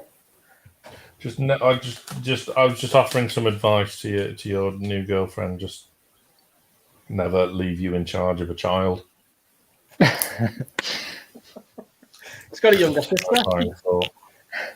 Yeah, I got a younger sister, so I can young though, isn't she? I can take my responsibility if needed.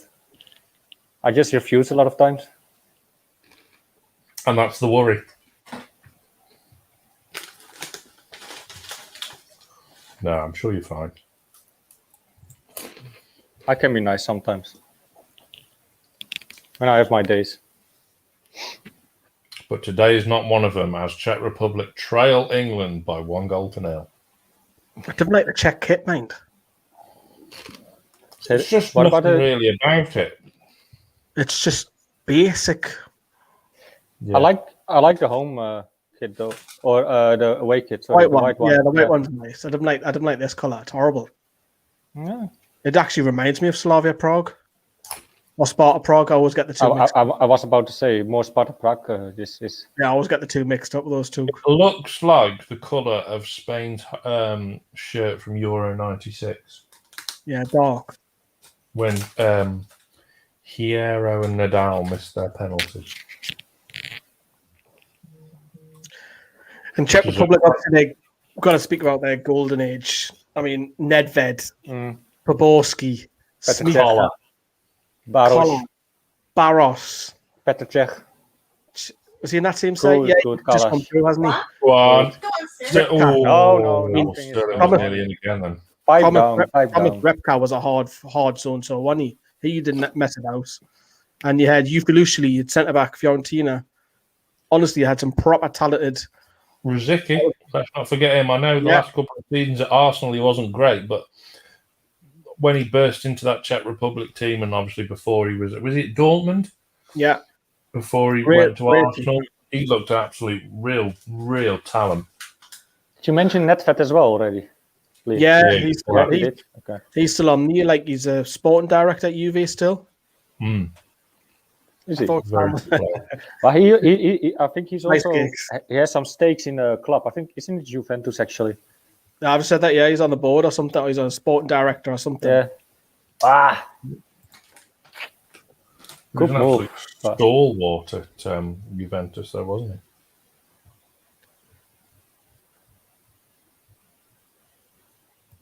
Yeah, Nedved got better as he aged, though, which is rare in a footballer. You know, I've seen Baros play live for Bani Kostrava. I think it's now 2.5 years ago. Yeah, that's where Pav's I got pictures of him when I'm close to him, and that's like Pav started it. Have you got a tattoo of him in the offing? Not yet, but who knows? No, that's the club Pav started it. Pavel Srnicek. God rest him. What a man. Pav is a Geordie. Yeah, he Absolutely. This is true stat. This when we were starting off on YouTube, he agreed to do a verbal interview and we wrote it down. Pav Srnicek. Yeah. That's sad though. Just replying via DMs. That's it.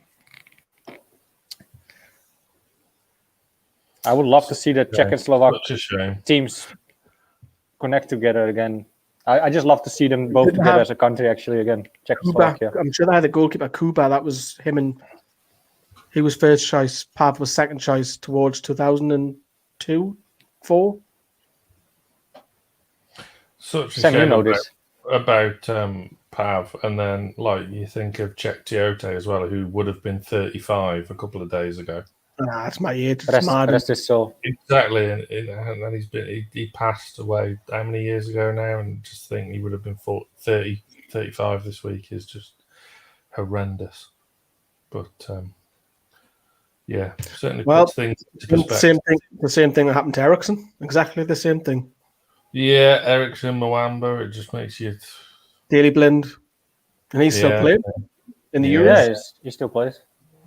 Like it's weird though. All of his mind. Ericsson is not allowed to play anymore.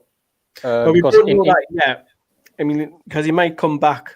But because Daley Blind. But with that thing, Daley Blind does the same thing. He's not allowed to play in England or Italy or any higher leagues anymore. But he can only play with his how you call it? Defibrillator. Yeah, in the Dutch league and in the Belgium league. So that's why he plays there, and on international stages like this, or Champions League or Europa League. But if so, that means if Eriksen still wants to have a pro career, he has to move to the Belgium or Dutch league. I wouldn't mind. He played already for Ajax, so I can see him move back to Ajax probably. He's still only 29, coming up 30. Who, Eriksen? Oh, I don't know actually his age. No, it's 29 coming up 30. Yeah. Yeah. Mistakes are creeping in. Yeah, there's a lot of misplaced passes. There are, yeah. Floppy. Phillips just gave away a silly foul. This is where I'd like to see Bellingham come on instead of Phillips, and I'd like to see. Yeah, he's 29. As I've maintained all night, I'd like to see Sancho. You ripped it up in the Bundesliga. Double assists, double goals. Have Sancho already played a minute in the Euros? No? Nothing. Mental. Wasn't even on the bench against Croatia. I know. Kane's Kroos coming having in. to come so deep as well. Midfielder of Slavia Prague comes in. Yeah, David Luiz is coming on. That's Kroos. Just fucking spit double of David Luiz. Fucking hell. Or Colaccini. Yeah. Oh, Colaccini. For the love of my life, for Colaccini. I'll let you shock you, my wife, for Colaccini. I want curly hair too. I think he put it. Then Colaccini would have to have a tattoo on his sleeve as well. I think Colaccini put his. Wasn't a couple of weeks ago on Instagram he put something out about him and Gutierrez at the club. A timeline come up. They're both still playing, aren't they, in South America? Right, they're probably still going. Oh, hey, Czech. Come on. Still doesn't sit right with me the way it's a little bit dying off the game, really. Right, him and Taylor the way they left. Phone call. I mean, John Carver gets a lot. I know he gets a lot of stick, John Carver, but for him, fucking Pickford, man. Look at him. Oh, catch it, man. I mean, what would he could barely reach, man? Because the basically the club chickened out and said, John, you have to bring the two players. Yeah, I don't blame Carver one bit. I actually, for all his flaws, I actually quite like John Carver. One of them good coach, poor manager, kind of similar to Graham Jones. So, and in that he was put in an impossible situation there, and let's not forget who the bad guy really is in this scenario. Yeah, come from the way Gutierrez was treated in the last couple of years was nigh on disgraceful. Well done, Saka. That's a yellow card. Correct. Done well there, Saka.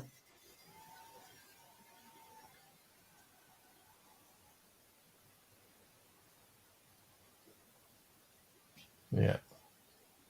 Been bright, hasn't he? Good player. I mean, I was sat next to you when we were at the Emirates, weren't we, Lee? When he absolutely tore Lazaro a new one. That was most like basic VIP seats I've ever been in. Surreal. It's a lovely ground, the Emirates, but it's a. But you could see from the video, it looked really basic. Wasn't it? That was VIP. No, it was like it wasn't VIP seats, but the seats were like wide. It was like cushiony, and I've never had so much leg room. And as a man of 6'4", I've never been so comfortable. Yeah, the TVs were just in front of it. We could see every replay. 6'4". What's that in centimeters? 195. Okay, I'm 191, so that makes me 6'3". Something like that. God, we'll stick used to up top and go long. It's not a competition, just because I've won. Yeah, it's a very odd atmosphere. It's very strange, the Emirates, because until they go 2-0 up, in which case it's raucous. It's bizarre. Even when I went to Spurs, it was quiet. They sing one song, Spurs. I've not done Spurs. Oh, they sing one song. Come on, you Spurs. That's all they do, over and over. I What think do you think of Tottenham? they could build the atmosphere, because it's just a brand new stadium. They've got to build the atmosphere. That's the problem, which is why I'm a traditionalist, and I would never ever want to leave St James's Park, because like no matter what level of football you're at, because my first game was Shrewsbury Town versus Mansfield Town. And That's a foul, ref, away. How? What the fuck, man? Get up, correct. Good decision, referee. Come on, Even man. then, That's a foul. the Lee, old, come on. I need to see the replay, the chic of it. I did do a tweet when Chick scored that goal, you cheeky chick. Yeah. But even like who's a sexy cheek. very good. Even like the old style. Like, Croatia 2-1 up. Croatia 2-1 up. That's a foul, man. Oh, what a finish that is. What a goal Outside that the is. foot. Oh, that's Modric. filth. Oh, what a goal. What was that? Pure dog? It's a good job it's 9:20, because that is post-watershed filth. Yeah. Scotland are going home. Goonie score one. But what did Scotland really expect, though? Fun fact, my honest. car got broken into in Scotland. I in Edinburgh. I think you told me this. Yeah, my friend's bag of clothes. I remember I said, yeah, I'm going to Shout out Edinburgh. Dono. Dono's bag got nicked. I think you tell because I said I'm going to September with Steph. He goes, oh, it's a great city, but I got my thing nicked. Yeah. I mean, I had to have my back window replaced because it was smashed in. But Dono's bag got nicked. It was full of designer clothes. But don't leave bags in full view. And if we take anything away from tonight, take that away. And don't tattoo ex-girlfriends. That probably will give me nightmares for the next week. Andy said, "How fellas, how's it going?" Yeah, we're doing well. Brandon, not so much. He's supporting Czech Republic tonight, Andy. I still have faith, though. Scotland need to sub Mel Gibson on. Is that the singer, though, Mel Gibson? Yeah, I'll crush you like a wham. Or that's the actor, right? Mel Gibson? Yeah, Mel Gibson, yeah. No Braveheart. Great film. Brilliant film, that. Not fully on true event, but it's a great film. I've seen it a couple of times. In the end, spoiler alert, he gets beheaded. Unbelievable strike by... Spoiler alert. Nah, so don't watch Braveheart tonight, because Brandon has told you. Because nobody watched it before. Rashford and Bellingham are coming on. Graham Jones is dishing out the orders. Graham Jones is 3 lions. Fun fact, Graham Jones, who was giving them substitutes the instructions, is Newcastle's assistant manager. Graham Jones is overrated. How do you know? He's trying to wind you up. That's it. No, Martin loves him. And for this is a foul. Come on, man. Hold on. If that is a foul, the foul cheek was also a foul. Come on. Foul. Come on, we'll make it. The Graham Jones point, I think we should address. Good coaches don't always make good managers. Say that one more time. Look at McLaren. Good coaches don't always make good managers. So coaches are good to have an influence, but you look through down the years. Leon O'Brien kid, Sir Alex's assistant at Man United, and assistant he's still at Man City, isn't he? Yes, he is. Yeah. Managed Blackburn, shite. John Carver. If Bobby Robson's sticking around with you, full, and look what he did. And he was managed. Did he manage Leeds and Toronto as well? Terrible. Sterling's going on. Sammy Lee, fantastic assistant, terrible manager. Van Bronckhorst. Yeah. Sterling's off for Rashford, so Rashford will slot in on the wing. And then I'm expecting Calvin Phillips to be the other substitution for Bellingham. As these subs are taking place, there's the current live league table. For you, everyone. England top, Czech Republic second, Croatia third. Grealish. He's been quiet. Wow. We played him out. Wow. But I think Croatia needs, although the goal difference, if Croatia score again, I think Czech Republic have scored Or more. they need another England goal, don't they? Yes, true. As the free Get kicks up, man. whipped in. Get up. Get up, Maguire, you Get up, fucking man. Even I'm saying that as an Englishman. Get up. Maguire is ridiculously appealing for it, which for a big, lumbering, hard centre half. I don't know. What is this? Please tell us more, Sam. Well, the thing is, as you will say, oh dear, look at him, look at him. Is the game that boring? Is the game that boring, Lee? Nah, it's all these new gadgets. So we could see the whole sleeve and we could count how many names there were on there.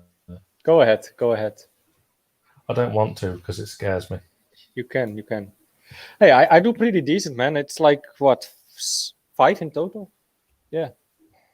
I just have 5 X's. That's it. That's respectable. Yeah, it's a little feature. Have you not tried that one on StreamYard yet, Sam? Yeah, I'm aware of it, but don't have to be a dick about it, do I? I quite like how you can't do. Oh, I need a screen share facility because there's another way you can do it on screen share, different way. You can screen share and show people how to subscribe to the Greenwood and Mulliner show and rate 5 stars. It's not a penalty, that. I'll tell you what we should do. That was a foul. Nah, it's not a foul, that.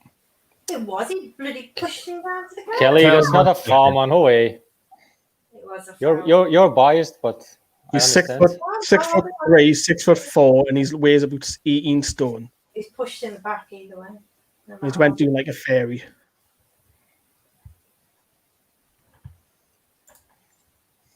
But as I say, the longer this What is about 1-0. Exactly. We're always susceptible. There we go. Another goal kills the game off completely, doesn't it? So Need another goal for your bet, Andy. Yeah, hopefully England do score. How many goals Czech Republic scored? 2 against Scotland. 4, I think. How many? 4 or 3. I think 4. What was the last game they drew? Yeah, with Croatia, right? 1-1. So they So scored 3. 3. Yeah. Croatia have scored 2.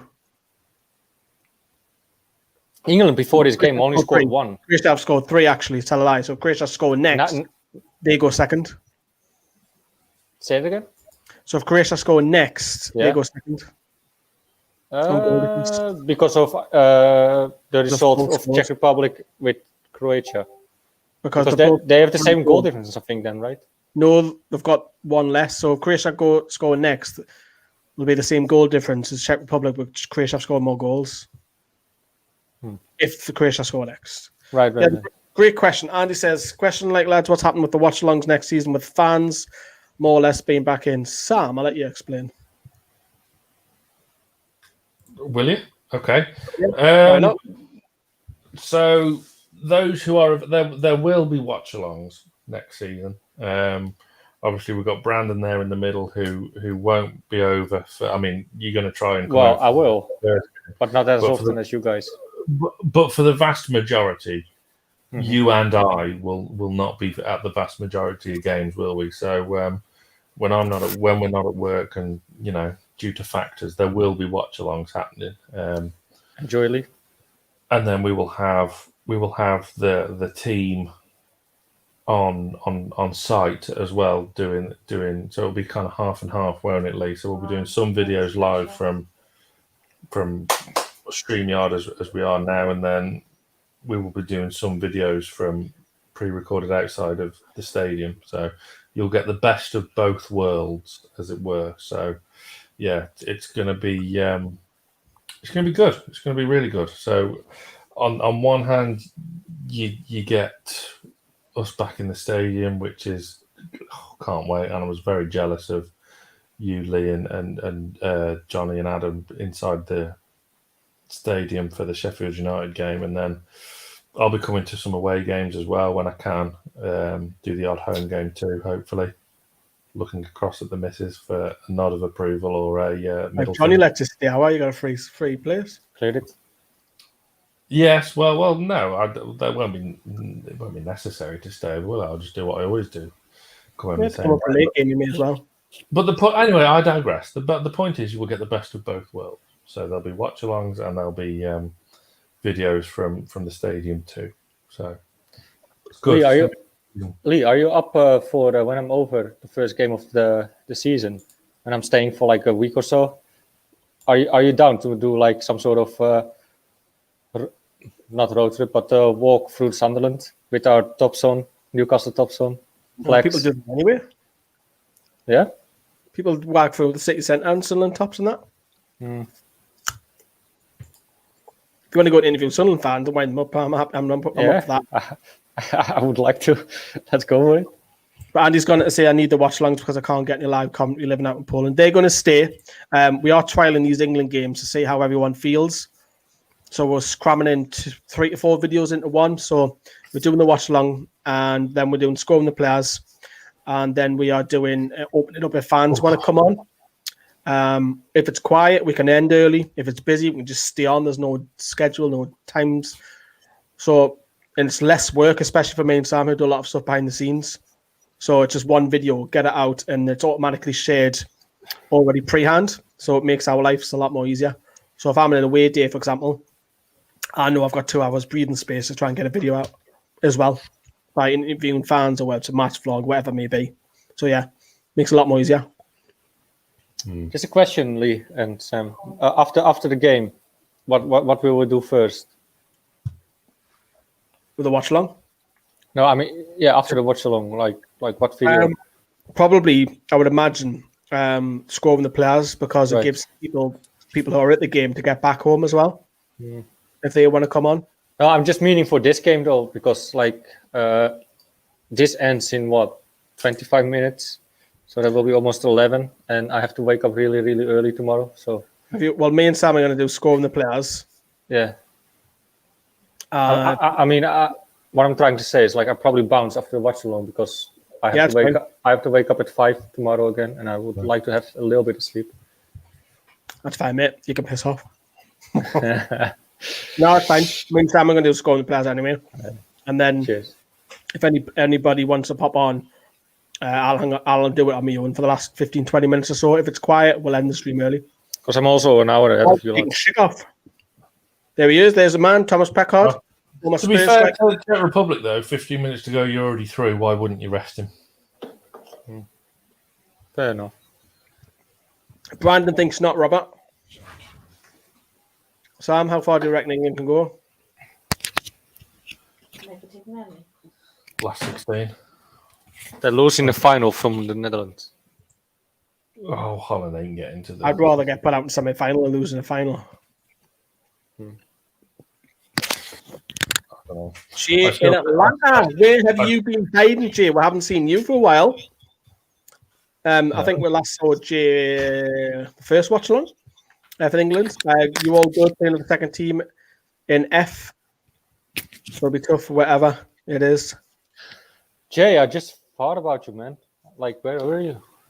Have you got Jay's name tattooed on your arm as well, or? Jay have no clue where it's about. Yeah, Jay probably missed all of that. Aye. Good to see you, Jay. In the comments. I'm gonna take Jay when he comes over. I'm gonna take Jay drinking. It's gonna be ace. Probably outdrink you. Well, he probably would now. I'm not much of a drinker these days, as much as I was. But yeah, as you drinking a keg. I don't know what you're on about, and I'm gonna. And I see. I know Kelly can hear this, but I see Charlie sometimes trying some Guinness. He doesn't like it. He doesn't like it. I let him dip his finger in for the foam bit once.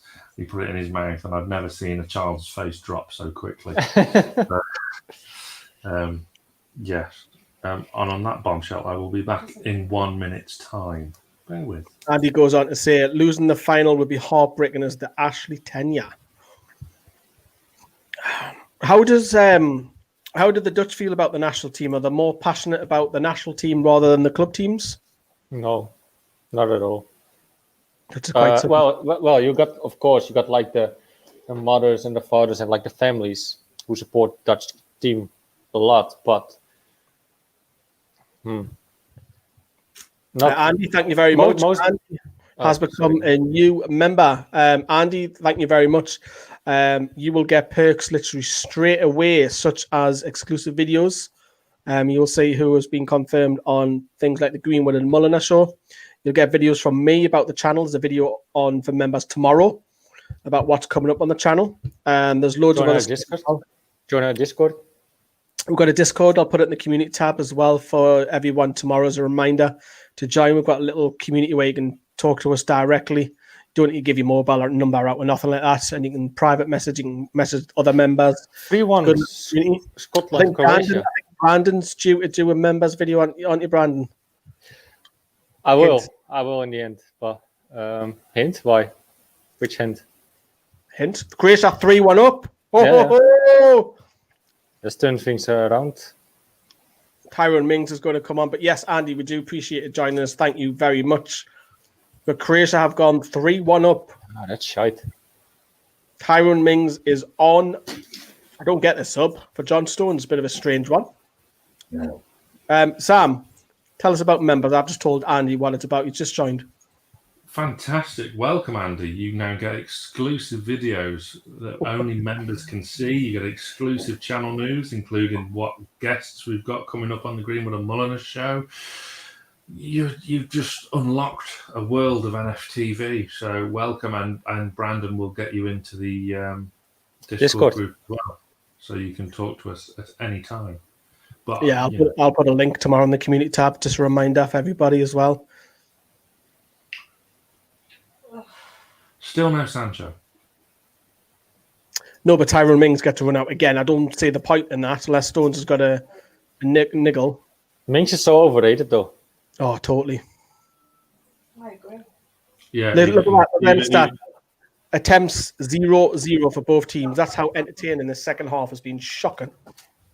For balance. Does maybe Southgate think he's like some sort of like double ganger of Van Dijk or something? No.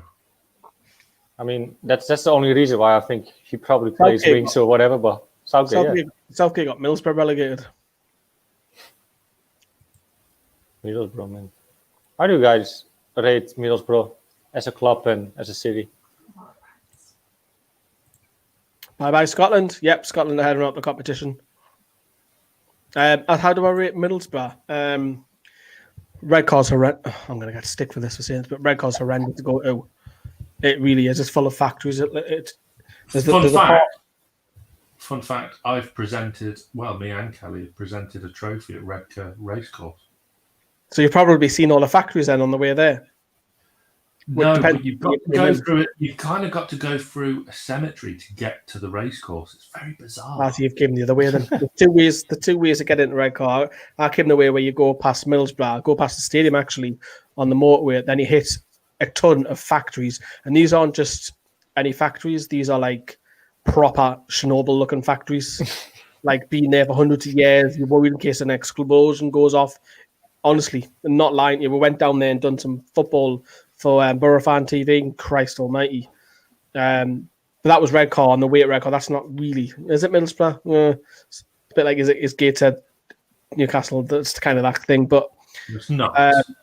It's not that close to Middlesbrough, like Gateshead is to Newcastle. Well, it's about 5 mile, isn't it? Is it 5 mile, 10 mile? That's not much difference. But Middlesbrough is a team. I don't really care. Do you ever see us tweet about them? No, Post about them? I don't really dislike them. They're just like, it's like how I describe it. It's like Sunderland. Sancho's coming on. Sancho, like it, hey? He's going to get a whopping 10 minutes. He's Sunderland playing the Andy Carroll role tonight, isn't he?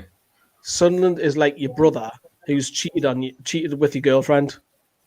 So basically, Ryan Giggs.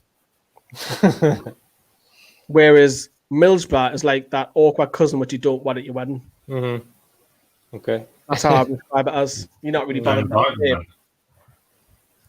But yeah, bye-bye Scotland. Who's your guys' favorite pick now to be the champions? I go for Italy. Still say France. France. Yeah. Even though I go for Italy. Spinazzola, but have the peak too early.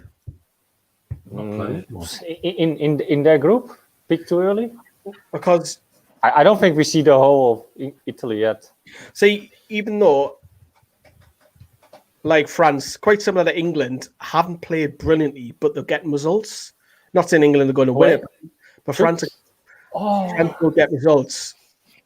And Hungary was disappointing, but I'll still say France. I think you need to start playing well in knockout football. That's when you've got to produce. So although Italy are the groups are now with this third place horse shit, you win one game and you're through. So it's a waste of time, isn't it? Now the way these groups are set up. So yeah, the knockout groups next week is when, or back end of this week is when you really start to see. And France's team. So strong. There's always drama with the French team though, which is every tournament. Sancho goes in for Saka. Do you remember a few years ago? It was all about. I think it was about pay rises or bonuses. It was years back. Dominic, I think, was in charge. Yeah, it was just horrendous. Jane Atlanta says some people talk about having more northern teams in the league, but never mattered much to Sunderland to me. I say I'd like more northern teams just for away days to get home early. Yeah, keep your Burnleys in there, your Prestons, Middlesbrough, Sunderland, Leeds. Yeah, get Preston in the Premier League, man. Get them up. It means I can be home in 2 hours. But you won't be, because you'll have a tour of the football museum there afterwards, won't you? Aristella, buona noche. Belgium will win at this time. Yeah, Brandon's doing signal messages to his ex-girlfriend or wannabe girlfriend. That's not my ex-girlfriend. I can pick up language quite easily. I say buona noche. Maybe you know this. Buona noche. No. It's like it's Portuguese. It's Brazil. She's Brazilian. So bloody hell, you like them global, don't you? Sam looks baffled. I mean, I thought I was bad picking someone who supports Sunderland. You've been with the worst, probably. To be fair, though, she's not really bothered about football. Not really. She just says she supports Sunderland because she's trying to piss you off, probably. No, like I wind her up all the time. She's not bothered. She's not bothered about. Go on. She said to me that'll come in some away games. I'm like, are you sure? There you go. Come on, Carl. Aye. Frank says, seriously, England's style of play is so dull and uninspiring is untrue. They may be the most boring team to watch in this competition. True, but on the positive, Frankie, we're getting 7 points, playing pretty average. You know how many points the Dutch have?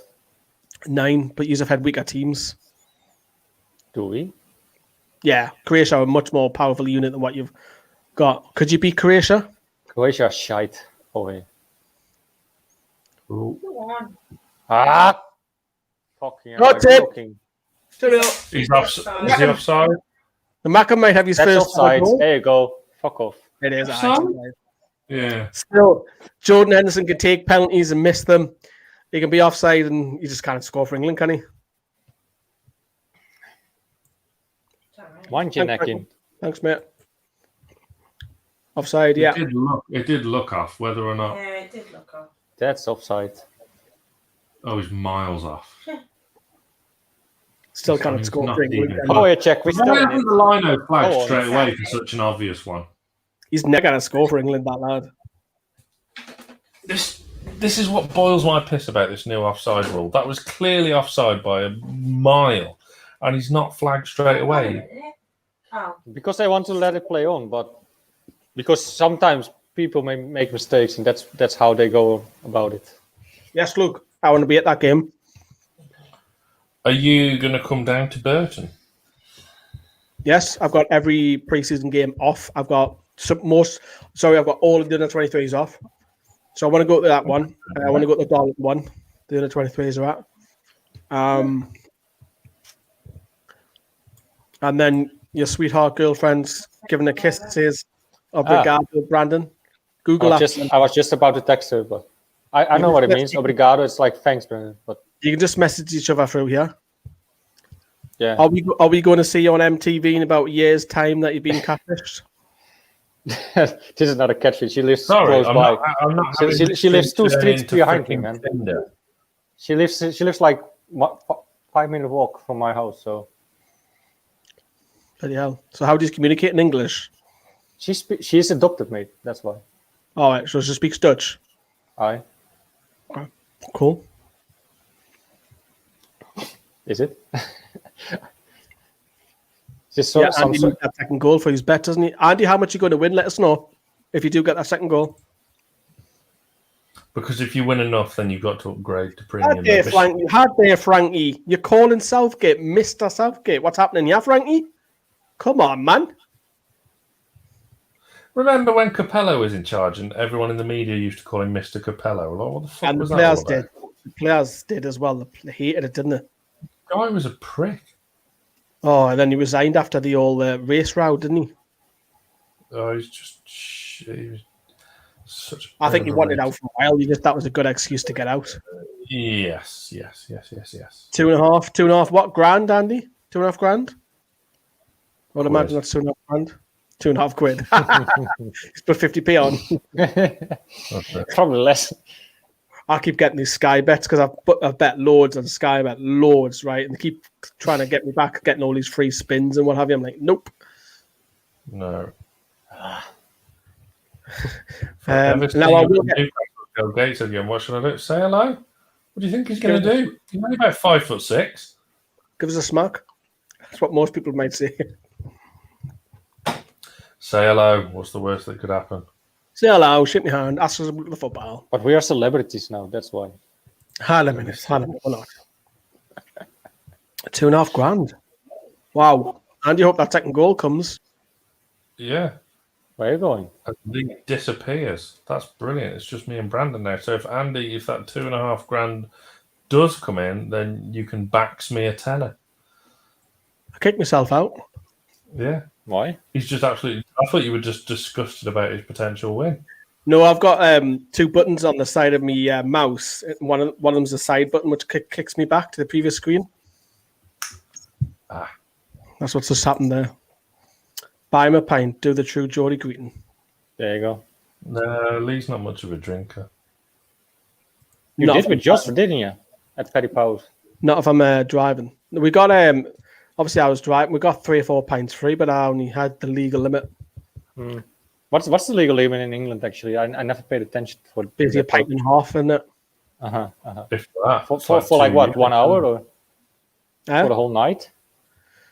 So if I think it's a pint and a half. So if you stopped on the roads, you'll get done. Well, I was because obviously I was parked in the quayside. Now I had a wall next to me and had a van behind me, so reversing with a signal was tough to get out. I thought it was going to smash the van. You've got a steering wheel and mirrors. What more do you need? So I'm surprised a posh car like yours doesn't have sensors. no, it doesn't have any parking sensors. I probably wouldn't use them either. I'm so used to doing parallel parking without any. VAR? What's going on here then? Output though, so it doesn't mean anything. Don't know what it is. I did must have, for the first time ever in a watch along, you must have the same cameras because UEFA showed the whole thing. Mhm. Mad that. Go on, Crow. Away. 35 is the legal limit Should in it? the UK. What's that unit? Can't be units, surely. Ooh, that in, Brandon. David Luiz. I know you want some sort of reaction, Sam, but I'm not giving you. No. Welcome if you're just tuning in to live coverage of the Euros. Please smash the video. We're live up to 4 hours, probably 3 hours to be honest. But please smash the like if you can. Keep your comments coming as well. Members And also, subscribe and rate 5 stars. The Greenwood and Mullins Show on Newcastle Fans TV. You'll see the tick at the bottom as well. Coming, there you go. The tick is going across the bottom right now. Just in time for it. We're on the road to 50 episodes. We're going to try and get a big guest for episode 50, but that is a fantastic guest list that we're very, very proud Finally of. gonna have me on. We've had Because you're saying you're gonna have a big guest, so We've had I the just NUFC assumed. thing. You missed out on that one. say that again. Dan Barlaser, who I was next to his house today. Yeah, I've seen that. And then I seen in England rugby international Mark Wilson jog past us. So I've been with Barlaser, being slebby, spotting the day. Rotherham in pre-season, haven't we? Mm. So it's so mad when he grew up literally next to us. Literally. Lovely lad as well. The podcast for that, the audio podcast for Barlaser was out today. So Sam, download. Check the WhatsApp group in of what Adam said in the group chat. Not Pedro's gone. Forgot about him. When did Sam rock up? That's very funny. I haven't seen it. I can't say because I used my mobile as the webcam. That's very funny. Love that. How are you doing watch-alongs for all the Euro games? As many as we can, Andy, for England, depending on availability. And full time. That's full time. And also for any big games, probably knockouts, try and get Brandon to do a few. I'll jump on any if I'm free, but we also might do one or two for the middle of the night with Copa America. I mean, Steve. We're not going to be doing Bolivia versus Venezuela. It's going to be like Argentina versus one of the big guns, like a Colombia or a Brazil. But yeah, we'll be doing a lot more content, so don't worry. England have won 1-0. That was pretty boring though, wasn't it, Sam? Awful second half. Yeah. First half, not. Typical England game, wasn't it? In the end, started off bright with some real vim about us. Grealish causing problems, buying fouls, and got the assist for Sterling's goal. It was 2 in 3 games now for Sterling. But second half, sat back, and Brandon's 3-0 prediction for the Czech Republic looked pretty abysmal. Got Rita, won't it? Top of the group though, and you'd have, that's it's mission accomplished, isn't it? Really. So that's the kind of silly group stage out of the way, where nearly everyone goes through anyhow, and we get on to proper knockout football now next Tuesday, where I'm off. I'm not at work. Are you happy about that? Just remember something: when Southgate says he takes players in form and not favourites, if he takes players in forms, I'm still wondering why he hasn't took Lingard and Willock. Yeah, we said this at the end of the season. Like, I was disappointed that, all right, if you don't take him for the final squad, fine, but to not have Willock in the conversation, I think was pretty poor. But we are biased, aren't we? I have to say though, I've seen the news of that. Paddy Woodman changing for Joe Willock. I'm quite for that though, because we already have 2 good goalies. Still, probably one of them will still leave, Dubravka or Darlow. But we still have one of good goalie. And how important was Joe Willock? So I'm pretty against this move. Not against this move. I'm for this move. Yeah. Brent and Linda, must be a couple all the way from Canada. Thank you very much for tuning in all the way from across the Atlantic. Crap second half, but we take the points. Exactly. We haven't played well. We haven't played fantastically well. We've got 7 points. And we haven't conceded at all in this tournament, which is pretty impressive, which a lot of people are forgetting. We haven't conceded for something like 6-7 games, including the friendlies. Good mornings to you as well, Stephen. Jesse got a lot of quality. Question to you lots, though. How did you guys rate Czech Republic tonight? I thought both teams were poor. After the first half, it was. Although we went 1-0 up, I thought it was pretty. No, was it 1? Yeah, it was 1-0, wasn't it? At half time. I think it was even. Two chances each. Second half was really lackluster, very poor, very lethargic.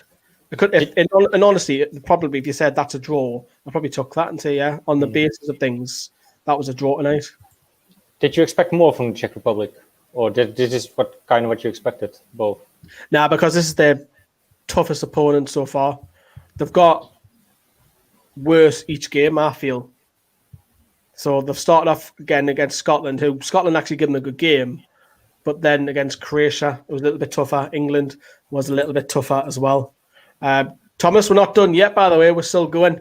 We're going to be moving on to scoring the players. Brandon's leaving us in about 5-10 minutes. Yeah, something like that. Great stream, lads. Thank you very much, Thomas. Scotland crash out the Euros. We do want some Scotland fans coming on, so any Scottish fans want to jump on, more than happy. If you want to jump on later, around about 10:30, might be me or me Todd, but I'll still do it. But overall, Scotland out, Croatia go through. Did Croatia finish second? So we'll have a little look. I think so, yeah. Ooh, They good did. question, They did. because they're I level think- on goal difference, aren't they? Yeah, but then you have the... Would it not go on goals scored? It should do. I'm just seeing the tables, see if I can get this up. Well, then that... Yes, Croatia finished second. Huh. So Czech, But Czech is with the best of the threes, right? Yeah. the Czech Republic got through. Let me just screen share because I know people want to see this. So who will Czech Republic face then? Because I wouldn't That's be a overly tough one. confident if I was you, Brandon, Could going be. into the last. Could be France or even Dutch. See you later. maybe the Dutch, I think. So who do you support then if Netherlands face Czech Republic? Czech Republic. Really? Yeah, In your home nation? 100%. Wow. No. It's like asking us if you're not English, who would you support? I wouldn't bother about the other. The other Morocco. They've had an invite, but like the Eurovision, invite them in. Yeah. Hope No, as a country and as people, I like the Czech Republic more. Fair enough. Yes, the Dutch have a better side, probably. I have to say that. Much better side. But How good is we have- Wijnaldum, by the we way? have sorry? How good is Wijnaldum? I miss him. He's great. dearly. I'm surprised that Liverpool let him go, really, because he's walking out for free. Yeah. I mean, Well, they say it's free, but I mean his wages and the signing on fee will be quite a bit. No transfer fee. but it's weird though that like somehow, even probably by Liverpool fans, that Wijnaldum gets some stick some now and then, and I don't really get it because he works his ass Plays off. deeper though, Liverpool, didn't he? Where for Newcastle and Holland, he played further up. Yeah. Andrew, nice for you to join us. Joined at the perfect time. If you've stopped watching the coverage, tune in for us for the next hour. But as you can see on the table, Scotland crash out the Euros. Even a draw would have put them out tonight, so they're out. Their only point was against the English. Czech Republic already knew they were through anyway. They've won, drew, lost, but they were pretty happy anyways. It was pretty lackluster second half. There was no real impetus for me for either side. Croatia, fantastic from considering when they got beat off England to finish second in the group. That's a great achievement, I think, after the first game to come back and finish A little second. bit the same like Denmark yesterday. Denmark was a great game against Russia. mad I've been because watching that. Fantastic for Denmark. Fantastic. Great. Yeah, they were literally conned. It had to be that way probably. But it's mad because they go through just on 3 points, Yeah. Well, which is it's rare it happens. But doesn't matter. They made it. Just And to be fair, the Finland Denmark game shouldn't have been played out, in my opinion. No, I agree. yeah, it is not. And if you play it another day, they probably, because let's face it, Denmark were the better team that time. Well, you wait for ask them if it's not today. You've got to do it by what was it, dinner time, 12 p.m. tomorrow, the next day. Still, so Madness. you could literally play another day later and just have. I understand though, because you play through a strict schedule, but Forget about TV rights. Human life's more important. Yeah. Italy versus Holland final, I think. Andrew's supporting the Dutch there. What time? imagine how good the Dutch could have been when Ronald Koeman would be still in charge. They would be swinging, in my opinion. I think they would play more positive football and 4-3-3 like we always play. And now Frank de Boer comes with like 3-5-2, how he calls it. It's more like a 5-3-2 actually, but because Denzel Dumfries and Van Aanholt are both defenders, so that's why you play a 5-3-2 and not a 3-5-2. They're not midfielders, so I mean, you play that formation because you're scared or don't trust in your team, or I don't know.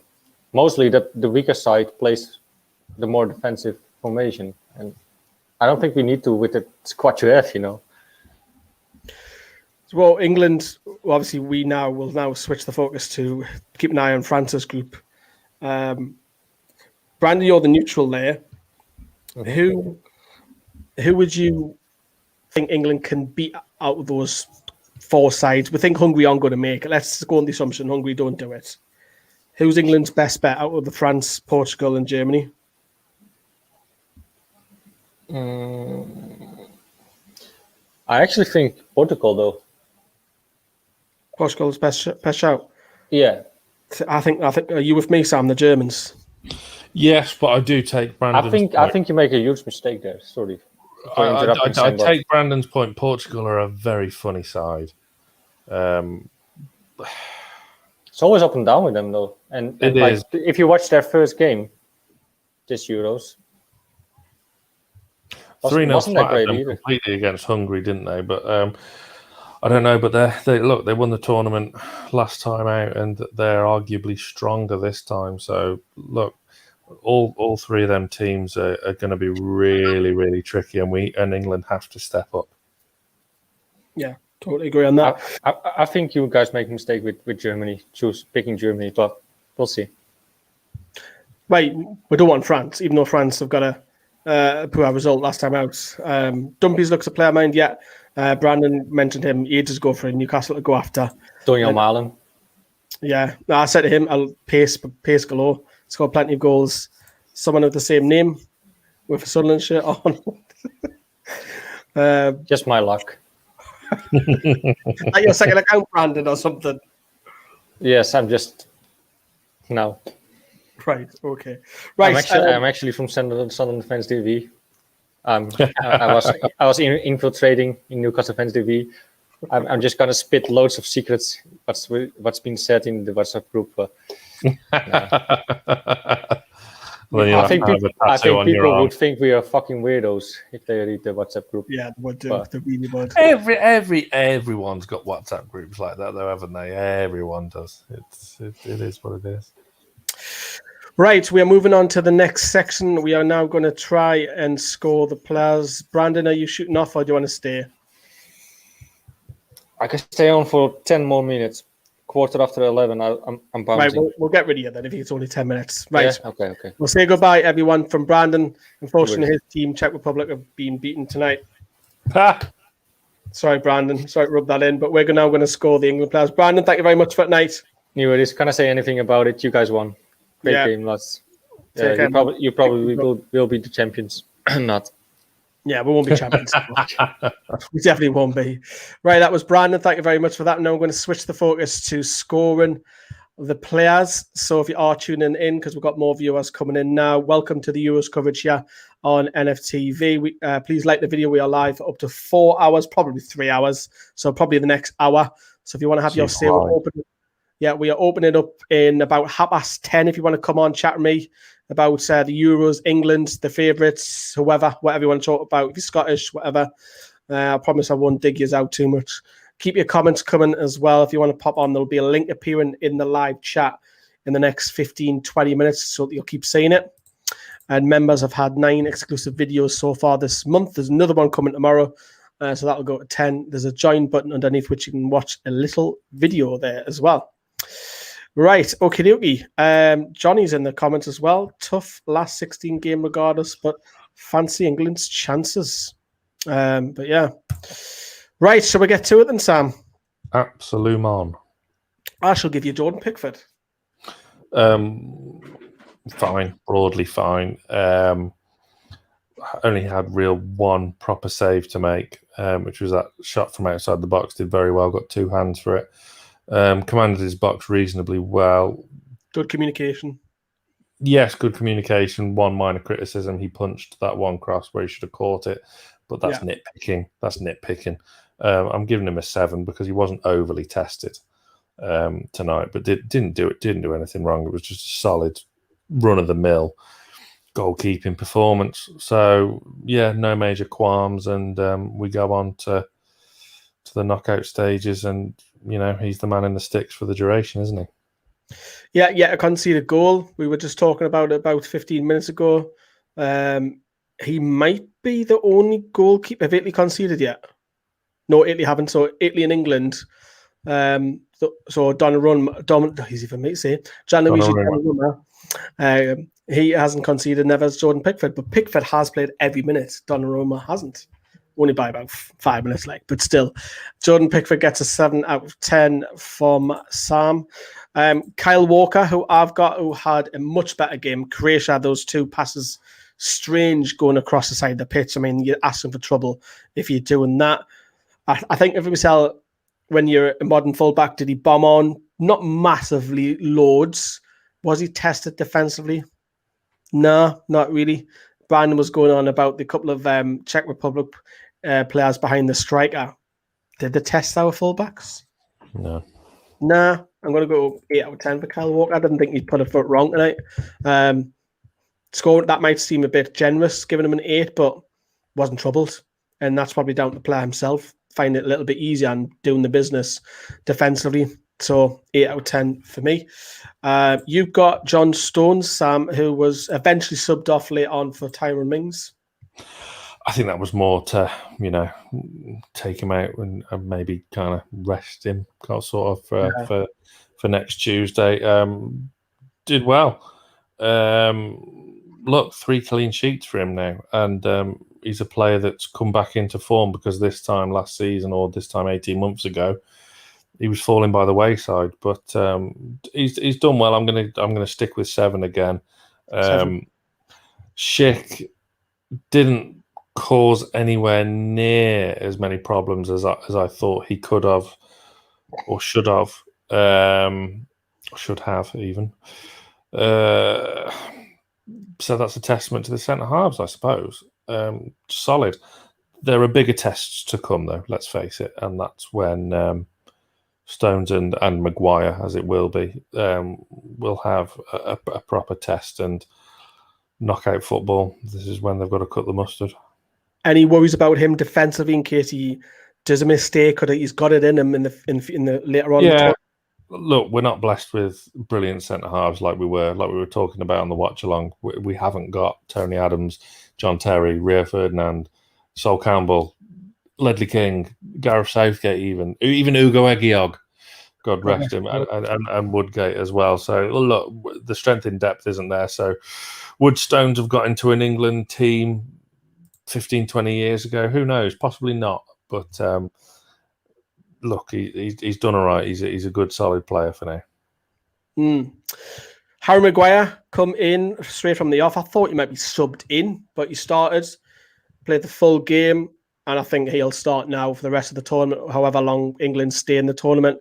I think Tyrone Mings will lose his place, despite, I said to Sam earlier on in the watch along, Tyrone Mings has actually had a pretty good first 2 games, although he hasn't been tested really. But yeah, Stones and Maguire, I feel more comfortable with those 2 than Tyrone Mings against France, Germany, or Cristiano Ronaldo, Portugal. Yeah, Maguire. All right, again, similar to what Sam just said. Schick, he didn't have a kick, really, did he? To be honest with you, and he's obviously joint top scorer. Even Souček had that one chance which he should have buried, but apart from that, very, very quiet. Yeah, so Harry Maguire will get a 7 out of 10 from myself. You've got the left back, Luke Shaw. Yeah, I mean, broadly fine. Probably the weakest of the back 4, in my opinion, which is why I'm going to give him a 6. I would have liked to have seen him do more going forward. Things weren't really coming off for him. There was a few occasions where his link-up play with Grealish wasn't quite there, and the delivery was poor as well on the whole, which is why he's getting marked down a little bit. Chilwell probably does offer you more going forward, in my opinion, but whether you want to risk that now going into the knockout stages. Well, I think Shaw will play next game unless Trippier comes over. Well, this is the thing. I think you might see Trippier again at left back. I think that'll be a distinct possibility. But yeah, I mean, it's broadly fine. Defensively, it was okay. Czech Republic did favour that side when they did attack, but like I said, what apart from that one chance Souček had, which was an appalling shot, they never looked like scoring at all tonight. Yeah, I totally agree. Right, there's a link in the chat if you want to come on. Whether it doesn't matter which nation you're from, have your say on England, the Euros, top scorers, whatever you want to discuss. We'll start allowing that in at half-past. Even if you're a member of NFTV, like is on the chat, you can come in as well. Please like the button, says Johnny. Johnny. Andrew, if you want to have your say on the whole Euros as well, you'll just be speaking to me directly from about 10:30.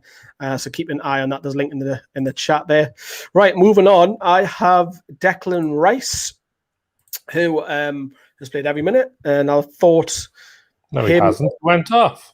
Oh, he did. Sorry, yeah, every game. Sorry, but I thought Jordan Henderson would have started for either him or Phillips, but it was all right. He's fine again. I'm going to score these. I think everybody's getting a similar kind of mark, 7s, 7, 8s, 6s. Yeah, 7's fair. Broke up the play nicely. Didn't really break forward as much. Very poor second half. Roy Keane has mentioned this several times with our defensive midfielders that Calvin Phillips breaks forward with the ball, whereas Henderson and Rice don't. They'll sit and then pass, whereas Phillips will bring it forward. So, but is that the answer going forward? Who knows? But we'll see with the 2 from 3. It's, I think, Bellingham's 4th choice from the defensive midfielders. So it'll be Henderson, Rice, or Phillips to start next game. And I think it'll be Rice and Phillips. And speaking of Phillips, you've got Calvin Phillips. I'll give him a 6. Did okay, not as good as Rice. I'm still like when you're playing a team like tonight and again at Scotland, I'm not convinced you need them both in there. But that's more down to Southgate than the individual, I suppose, and the tactics England play. There was a bit of sloppiness in that second half, and he was culprit a couple of times with some slack passing and some silly challenges. But look, broke the play up well, as did Declan Rice. I just think Rice was the stronger out of the 2 tonight. Calvin Phillips was magnificent against Croatia, but hasn't really backed that up since. So I wouldn't have played him tonight personally. I would have liked to have seen Bellingham in there. But you know, Southgate has the way he plays, and he's not going to change that anyway now, is he? So as you rightly say, Lee, we'll probably see him in the next round. I've got Jack Grealish, and I'm a little bit undecided on this one. You might have to help us out on this one because you started off really, really well. We wanted the same all tournament. Got his start. Probably should start next game because Mount's not going to be back because of the stupid COVID thing. Got the assist. Brilliant. Clips it in. And for that, you'll score well for that. Fouled a lot of the time, which he gets fouled anyway in the Premier League because he dribbles at close quarters and likes to go around players. Started off well, but I think he faded quite a bit, and that's probably why you're seeing him substituted. 7 or 8. What do I go with? Yeah, I'm going to go in the middle. Yeah, why not? I'm torn between 7 and 8, so let's go in the middle. A 7.5 for Jack Grealish. And looking at England's next game, Sam, with Grealish, do you put him more out wide, or do you put him in the 10? It's tricky because I suppose it depends on if Mason Mount does feature or not. You say he's not going to, so he could be more centrally. I'd still like to see Sancho out wide. Yeah, it's a tricky one. I agree with you rating of Grealish. I'm still not convinced he's the saviour that everyone makes him out to be. Look, won us a few free kicks, but gave away some silly ones as well. Look, he's undoubtedly got talent, but Terry harnesses it and gets some real consistency about his game. But he's got the assist, and it was a lovely dinked-in cross to the back post for Sterling. So he's in essence won us the game. So let's not get too carried away and be a bit harsh. Speaking of Sterling, you've got Raheem. Got the goal. Lovely little run into the far post and got the goal. 2 goals in 3 games for a player that came into the tournament really out of form for a player of his standard. He was bright actually going forward. He was a hell of a lot better than he was against Scotland because I think he was pretty anonymous then.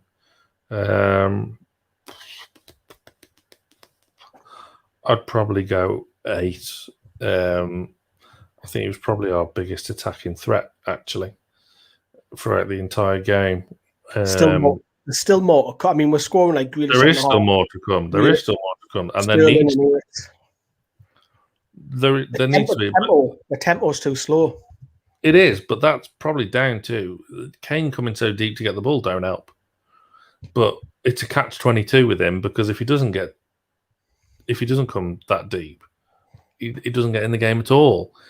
So it's something's not quite clicking. But on the whole, he did okay. He made some bursting runs forward, and he could have, had he got a shot away in the second half, he could have maybe added to his tally. But there's positives for Sterling. There is positives.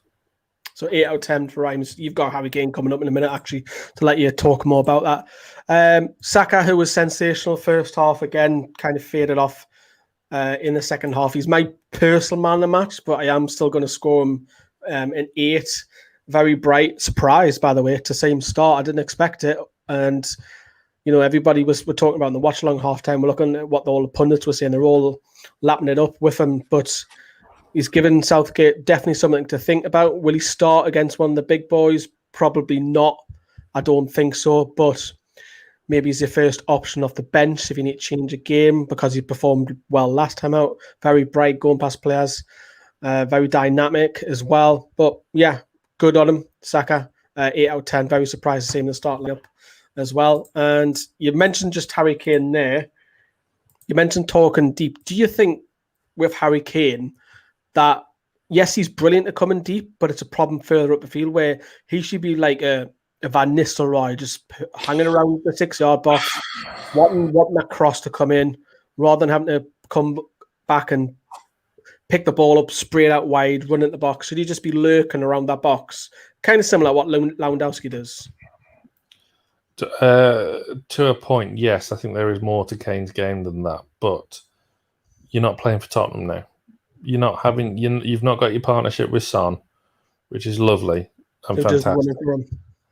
But this is different now. You're playing for England. So you are the central striker as he is for Spurs, but it's a completely different dynamic. It must be so frustrating because I find it amazing that we've gone through that group and he's not even looked like scoring. He's had one shot today which forced a half-decent save from the keeper, but it wasn't typical Kane, sniff at goal and bury it. Is he fit? I don't see why he isn't. Because he doesn't look it. Well, he doesn't look it because he's not getting in the game. Mm-hmm. That's why I don't think fitness is his issue. Is this becoming a problem for England now? Yes and no. Strikers go through dry spells all the time, even Alan Shearer. Look at Shearer's England form before Euro 96. These things happen. The Shearer thing wasn't in the tournament, though, because we didn't qualify. I know, but my point is, we've got through the group unscathed. All he has to do is score a couple of goals in the knockout stages, and he's an absolute hero again. So this is tournament football. It's an absolute minefield. He shouldn't have to be coming so deep, but because there's no box-to-box midfielder, and because there's two real defensive midfielders in there that aren't willing to bust a gut to get forward, there's no box-to-box in there. Like, I know, look, we're Newcastle fans TV, so unashamedly biased, but if you had someone in there like Willock and how he played, I'm not saying Willock, but someone like how Willock played, a real box-to-box, arriving in the box late to get in there and score a goal and make things happen, then that would probably help a striker out, as it did Wilson towards the end of the season. Look at Leicester away. But I digress. It is a bit of an issue because a striker of that quality not getting a sniff at goal in 3 games, more or less, is worrying. Yeah. But I think that's down to the players' lethargic build-up. There was patches where it was nice and quicker today in the first half especially, but it's still pretty lethargic in the main considering the talent on that pitch. What are you scoring him?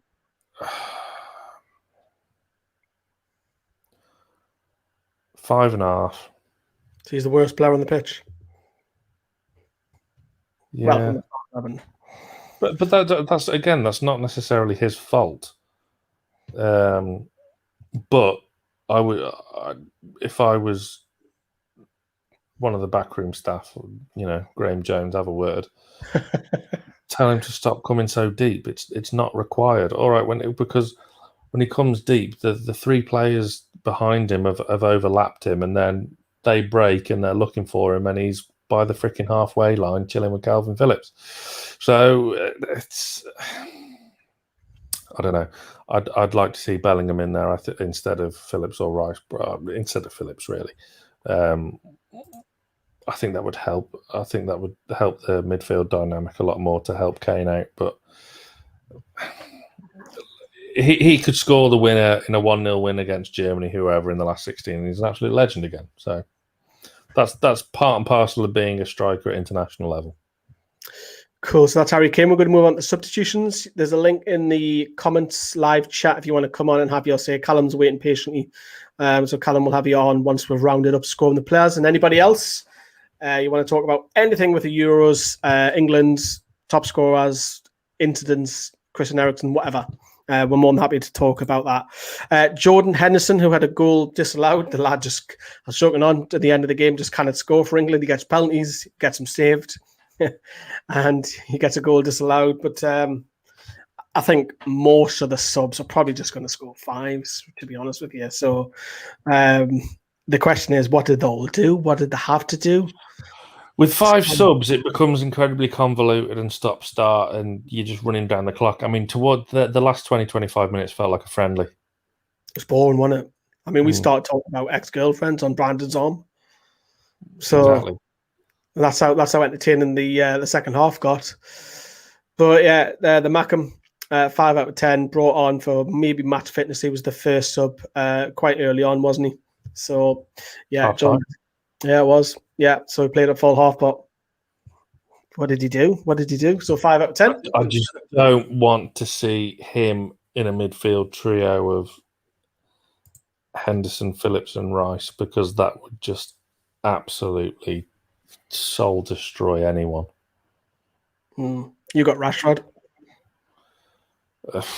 Well, yeah, I think you're right in doing just scoring the subs all 5, because you wouldn't have even thought Rashford was on the pitch. To be fair, it was just stop. Like I said before, I think the point still stands. It just had a friendly, an international friendly feel. You know, them old friendlies where you chuck 9 subs on at a time, and it's just completely killed the game off, and nothing happens in the last 20 minutes.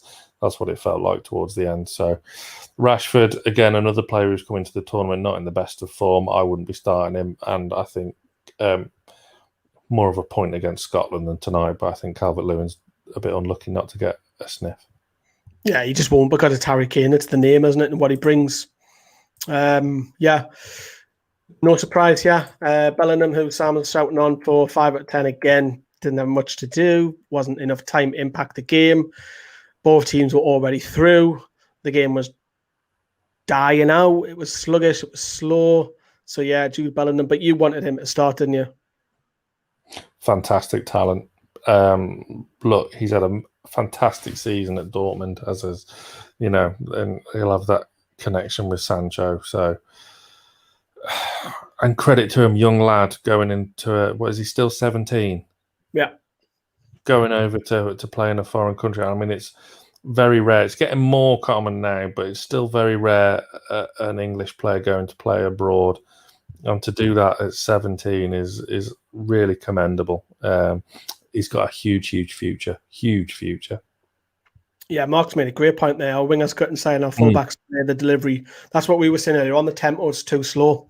England have got to go up not just one gear, 2 or 3 gears if they want to fast pace. I mean, you look at the Italians; they're very fast paced. Even their reserve side matched. It isn't like the Italians normally, is it? No, you think that you would watch that game if you put blue on England. That's Italy. That's how Italy play. That's how we've known from U96 all the way to current. Even though they've had great players like your Tottis, your Del Pieros, and world-class strikers, they're always slow and sluggish. Yeah, need to let the handbrake off.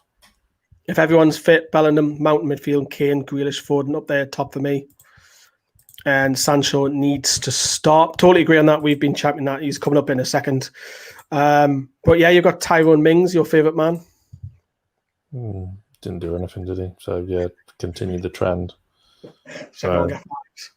Yeah, well, it was that or non-applicable, isn't it? So look, didn't let a goal in. Well done, Tyrone. So yeah, great. Hasn't been tested. Don't want him anywhere near the starting 11 for the knockout stages. So there you go.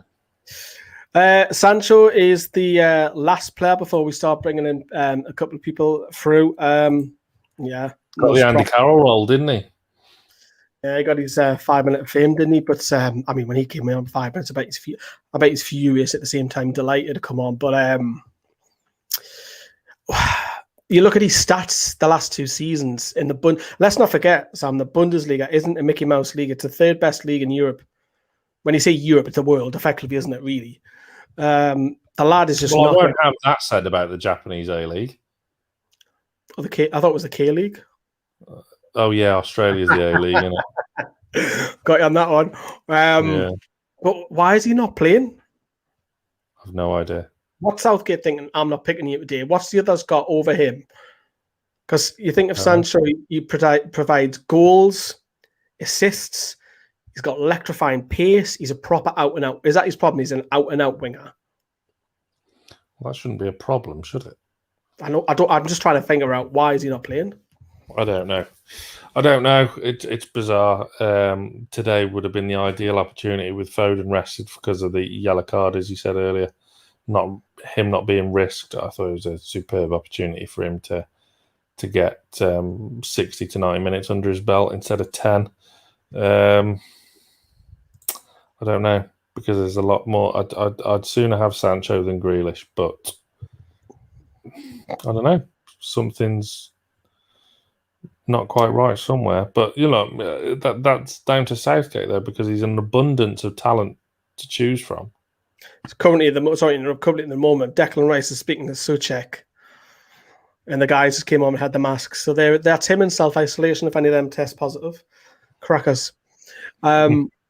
We are going to be moving on to the manager, head coach, before we shoot off Sam, because I think he's knackered.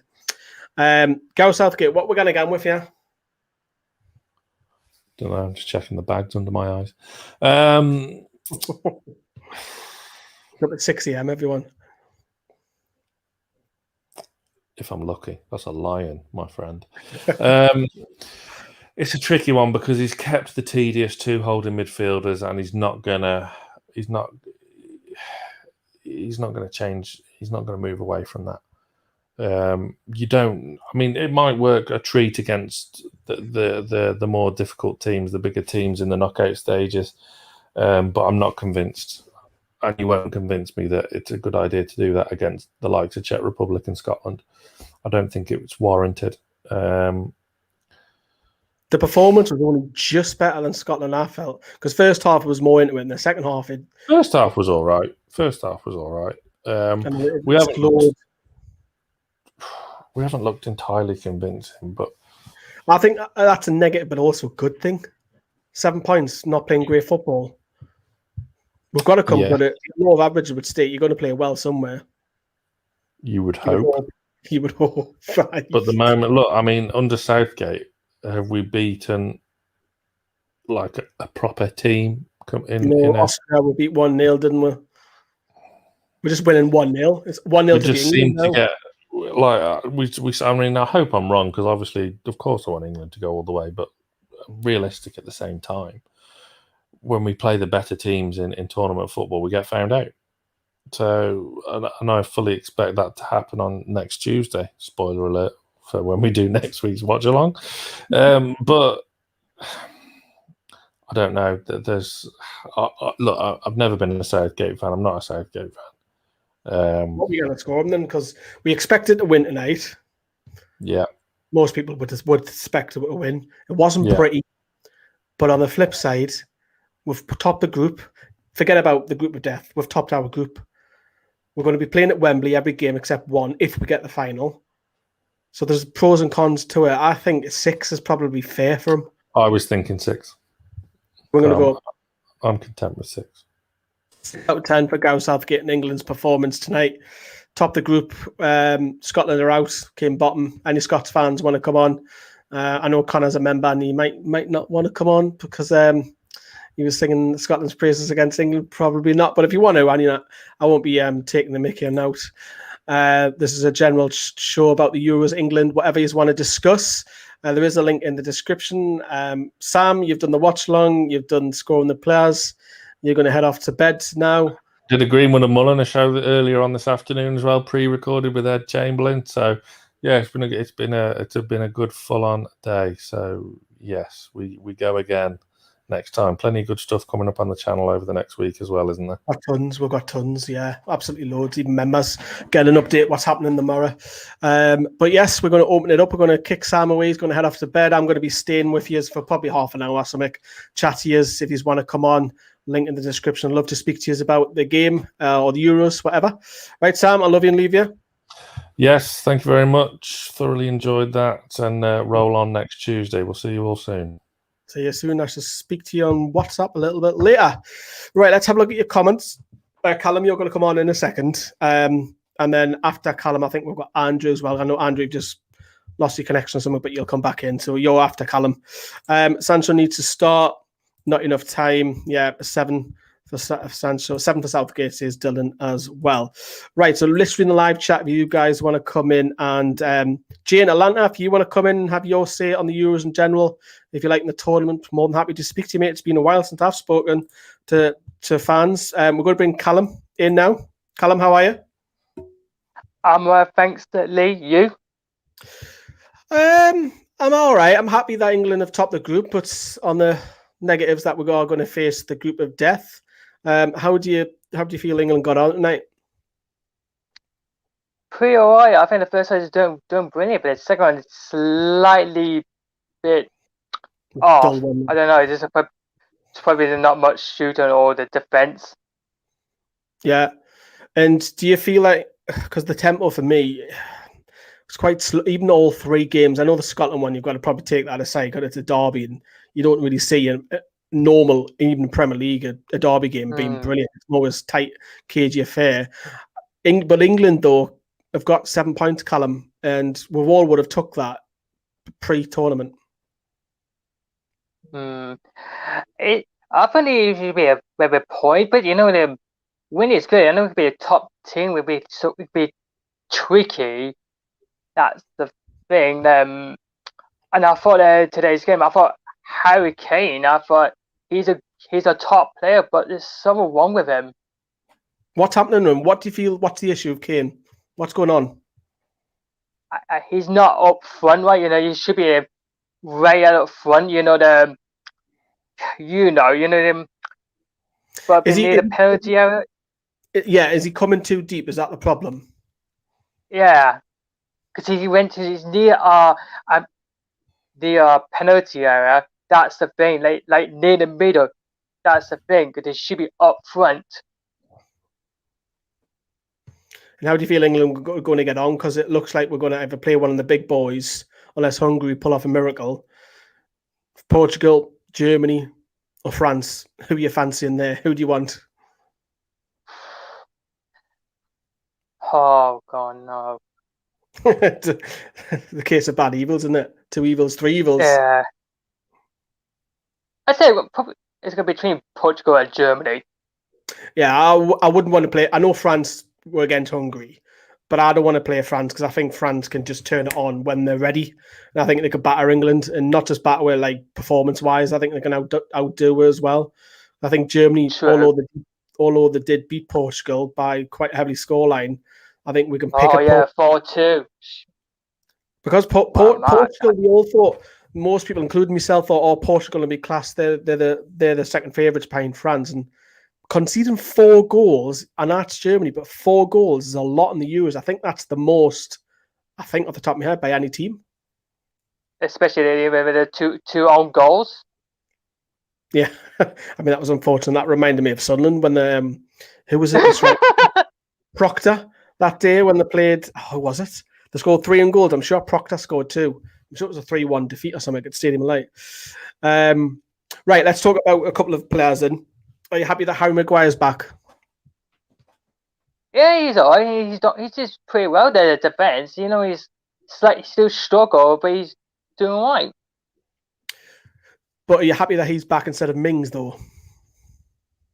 Or do you think hard to say. Might be, but we're seeing how Maguire. I think do it again when it comes to the next match. Yeah, and what do you make the whole situation with the COVID carry on with Mount and Chilwell not being able to play? However, Scotland can all go and play against Croatia tonight. I just disappointed that these two players are out there. COVID-19. It's crazy, isn't it? Because you think about the Scottish team, who can, they'll high five each other and they'll all sit down, have a drink and a meal together, and they'll all sleep in not the same bed because that's a bit weird, but separate beds in the same room. That's what I'm trying to say. But you get what I mean. There's a lot of communication contacts with a lot of the lads, the Scottish lads, and I just found it bizarre that Mount and Chilwell, especially lucky Wales, that they're through to the next round. They finished second. Yeah, Wales are through. If you want to talk about Wales, do you fancy their chances? I think they've got Denmark, I think, off the top of my head. Come on, Denmark. I love the chance. Yeah, let's go. Denmark beat Wales. Thank you. You want Wales to win. Unless you're Welsh. Are you Welsh? No. Didn't want the sheepshaggers to win. No, I know that will get. Well, I gotta say something to leave. Goodness for me, that on the 26th, I'm on my way to Newcastle. Mm-hmm. What, you coming up to Newcastle? So I'm going to see my granddad for a long time. Like I said to you, but since 2019, I'm going to see him to 26th to the 30th. So maybe, I don't know if it's true or not, if we're able, we can watch the Newcastle United game on the 28th against Southampton. What, inside the ground? Because I'll be at the ground. I'll be inside the ground. Is that what you mean? Yeah, or if it comes to after match, hopefully I can spot you as long as I don't distract you. We didn't bite, none of we do. Some of us are scary looking, more than others, but we're filmed by the car parks of St. James's at the top, so we're hanging around there. But if you want the car park, which car park? One near the Leisure stand or someone else? Right, literally behind the Milburn meets the Lees is behind there. We're always hanging around that area doing some bids. But yeah, you can pop on. Before I let you go, I've got 2 questions for you. Who's going to be top scorer for the Euros? I'm going to say Cristiano Ronaldo or probably our team, but probably Sterling. Sterling. I bet you got quite a good few odds for that. Next one. Who's going to win the Euros? Who's going to win? I wish it's England. I wish. If not, who's going to win? Do you realistically think England can? I wish it does. I really want England. And there's no belief there, is it? Because you're saying wish. Yeah, true. Howard, then who's going to win the Euros? I'm going to say France. Sorry to say that. Yeah, I think that's a common answer. Callum, thank you very much for coming out tonight. Lovely to speak to you. Same to you, Lee, and enjoy the rest of the night. Thank you very much. Thank you for that, Callum. Andrew, I'll get you on in a couple of minutes. I'm just going to go through some comments. And Andrew says he's just not convinced by England. I'm not either, but I'm trying to be positive and thinking, do you know what? We haven't played great, but we've got 7 points. That's why I'm trying to be positive as well. I wouldn't mind playing Hungary and Budapest, mind. Full stadium, yeah. Well, the good news is that Wembley got 60,000 now, so that's gone up, so that's better. And obviously he's gone on to say doesn't rate Mings at all as well. Jamie goes on to say Italy are going to win the Euros as well. If you are just tuning in, welcome to the coverage of the Euros here on NFTV. Smash that like for us I'll be live for another 25 minutes or so. If you just want to come on, pop on. Keep your comments coming. There is a link in the description if you just want to have a look at that. We'll get Andrew on because we've been waiting patiently. How are you, mate?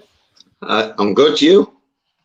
I'm Ari. Actually, you've probably heard a lot what was said there with Callum. What's your thoughts on England's performance tonight?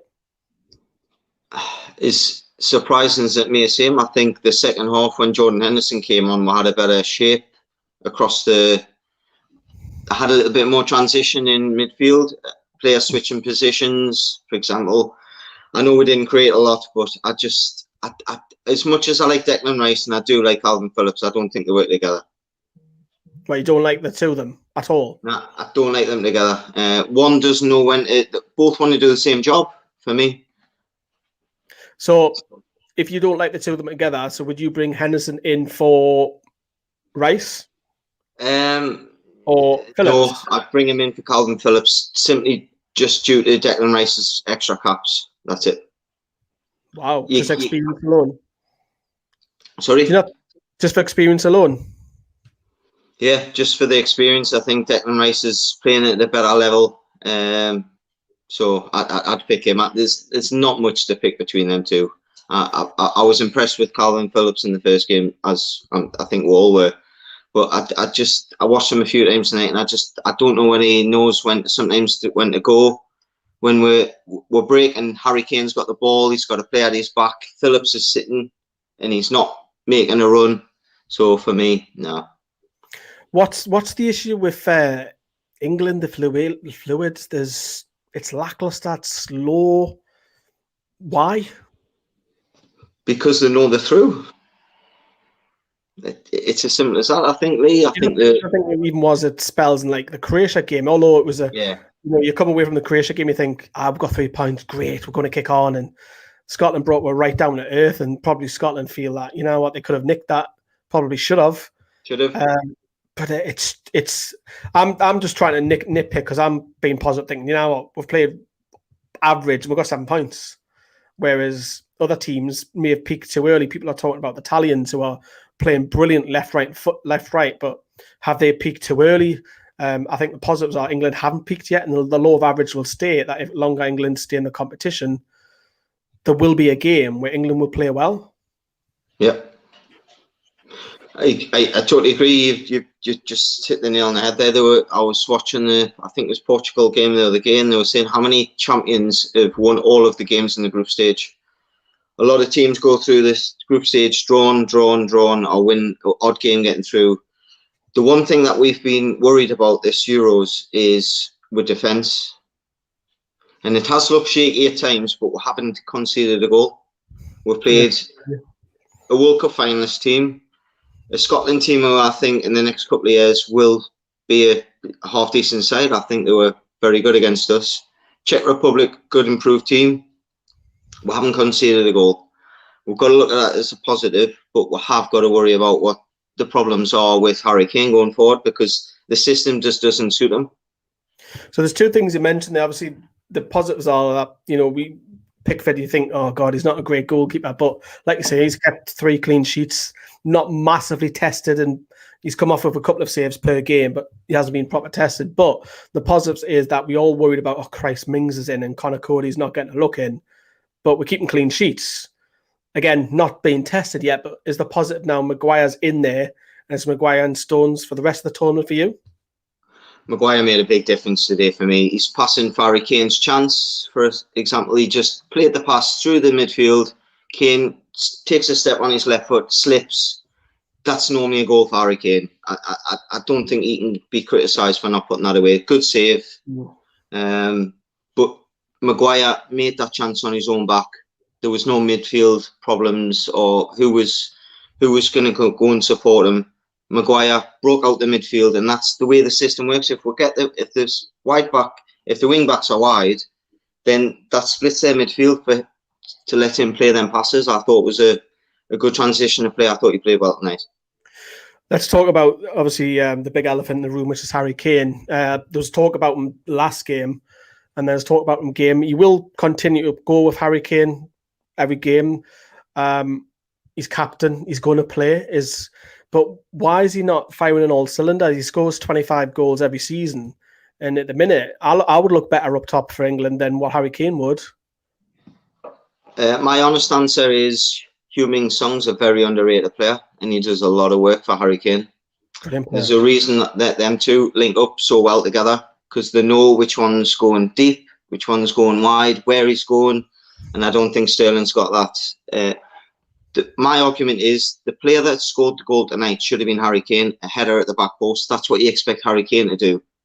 Whereas he came deep and Sterling went wide off. That's what you want Harry Kane to do.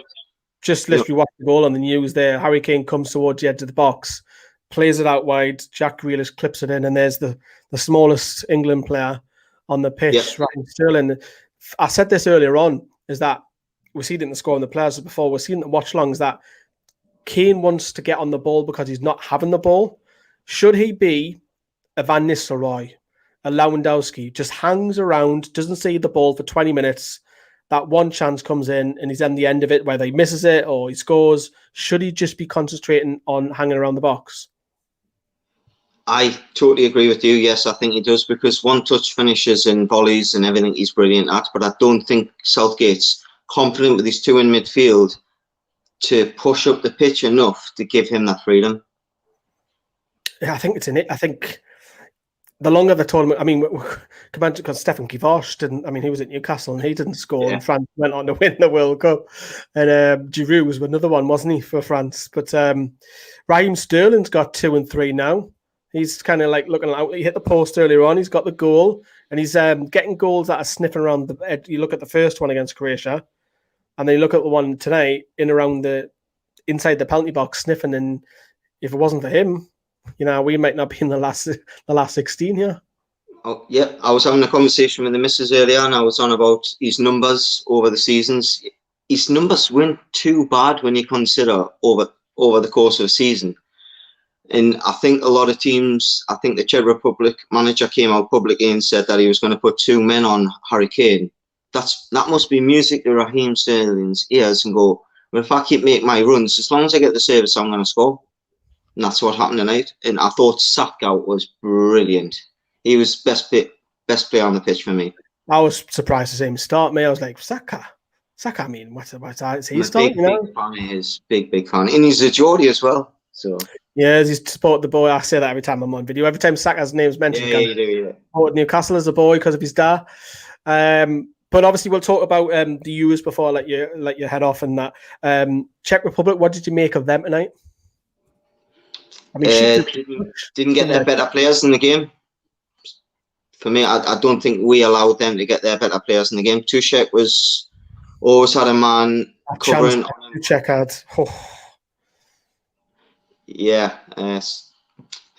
Yeah. And then it's a different game.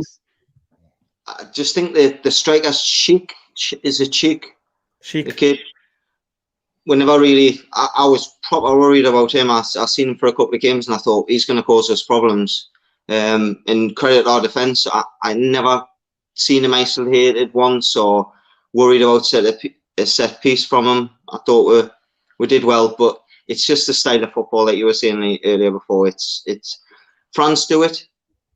France are very good at it. They just make sure they win the game, and hopefully that's something that we can take forward.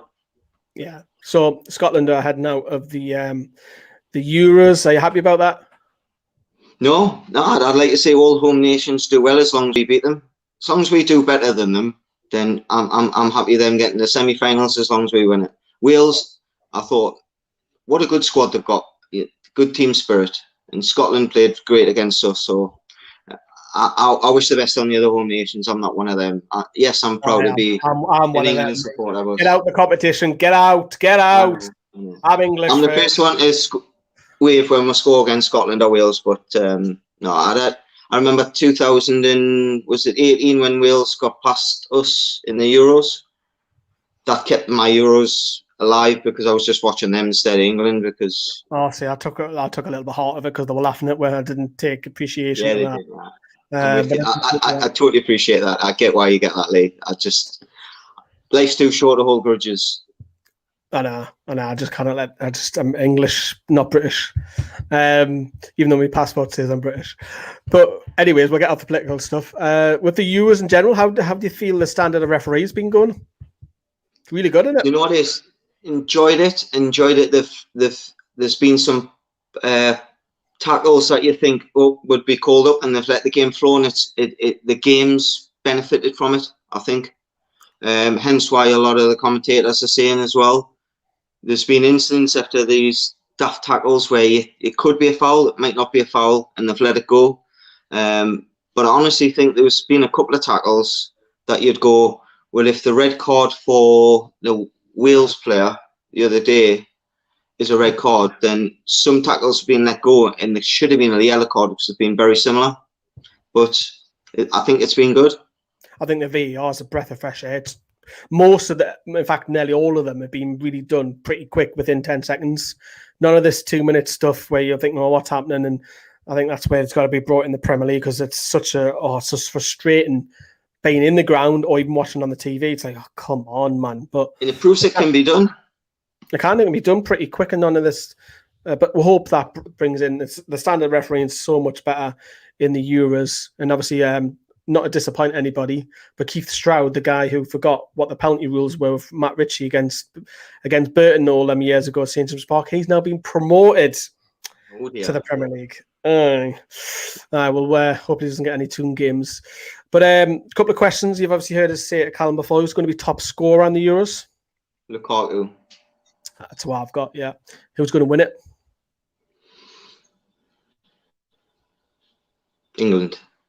England are going to win it. Wow.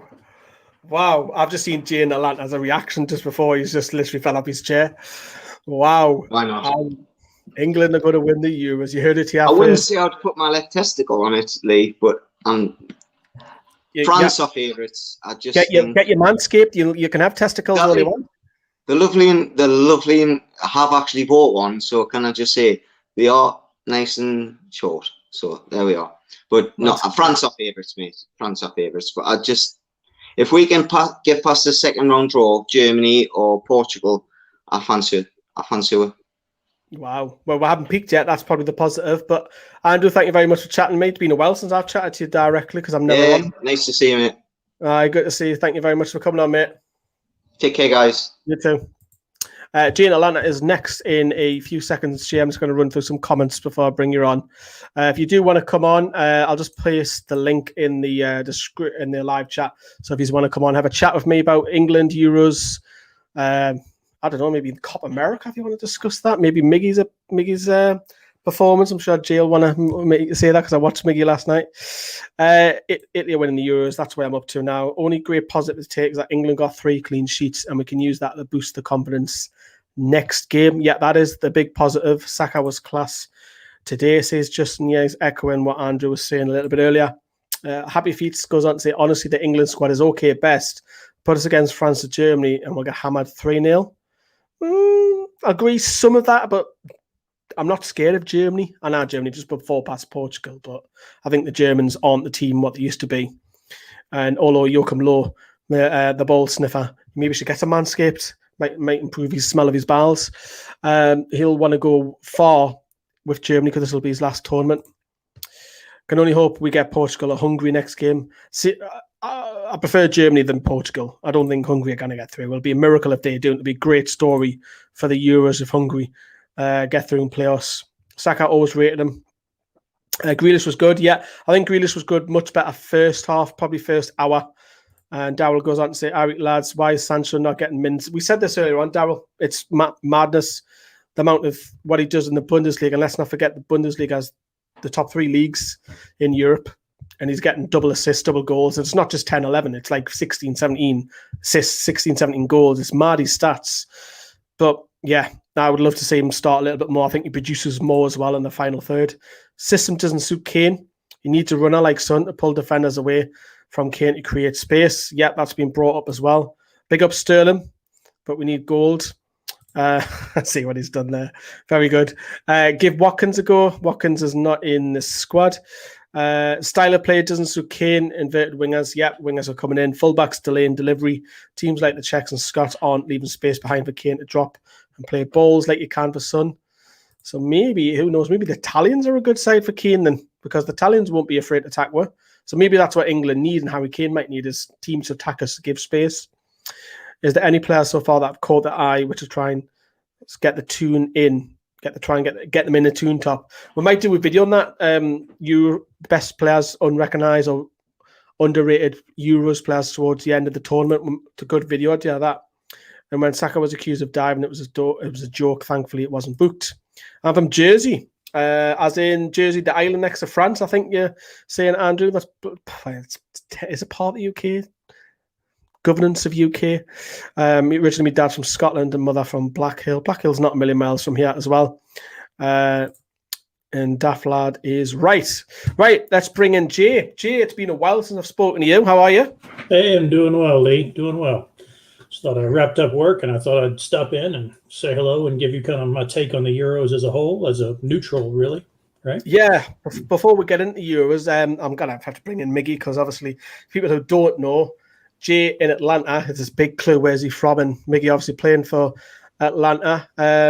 He's in the Copa America and played really well last night. I don't know if you've got any of the socials, but playing in a 4-2-3-1 on the left. Paraguay was shocking going forward, but the only outlet they had was Almiron. And then Argentina kind of switched onto that, realising that they've only got one outlet and started doubling up, but he was their best player by far, which probably doesn't surprise you because he performs better in a national shirt than he does predominantly for a Newcastle shirt. He does all the time. He's had a key goal or two. He's been a real contributor when they play. I don't watch the games directly, but I do watch all the highlights from down there because it's Miggy. I think it's just a good example of what he's good at and what he's not good at.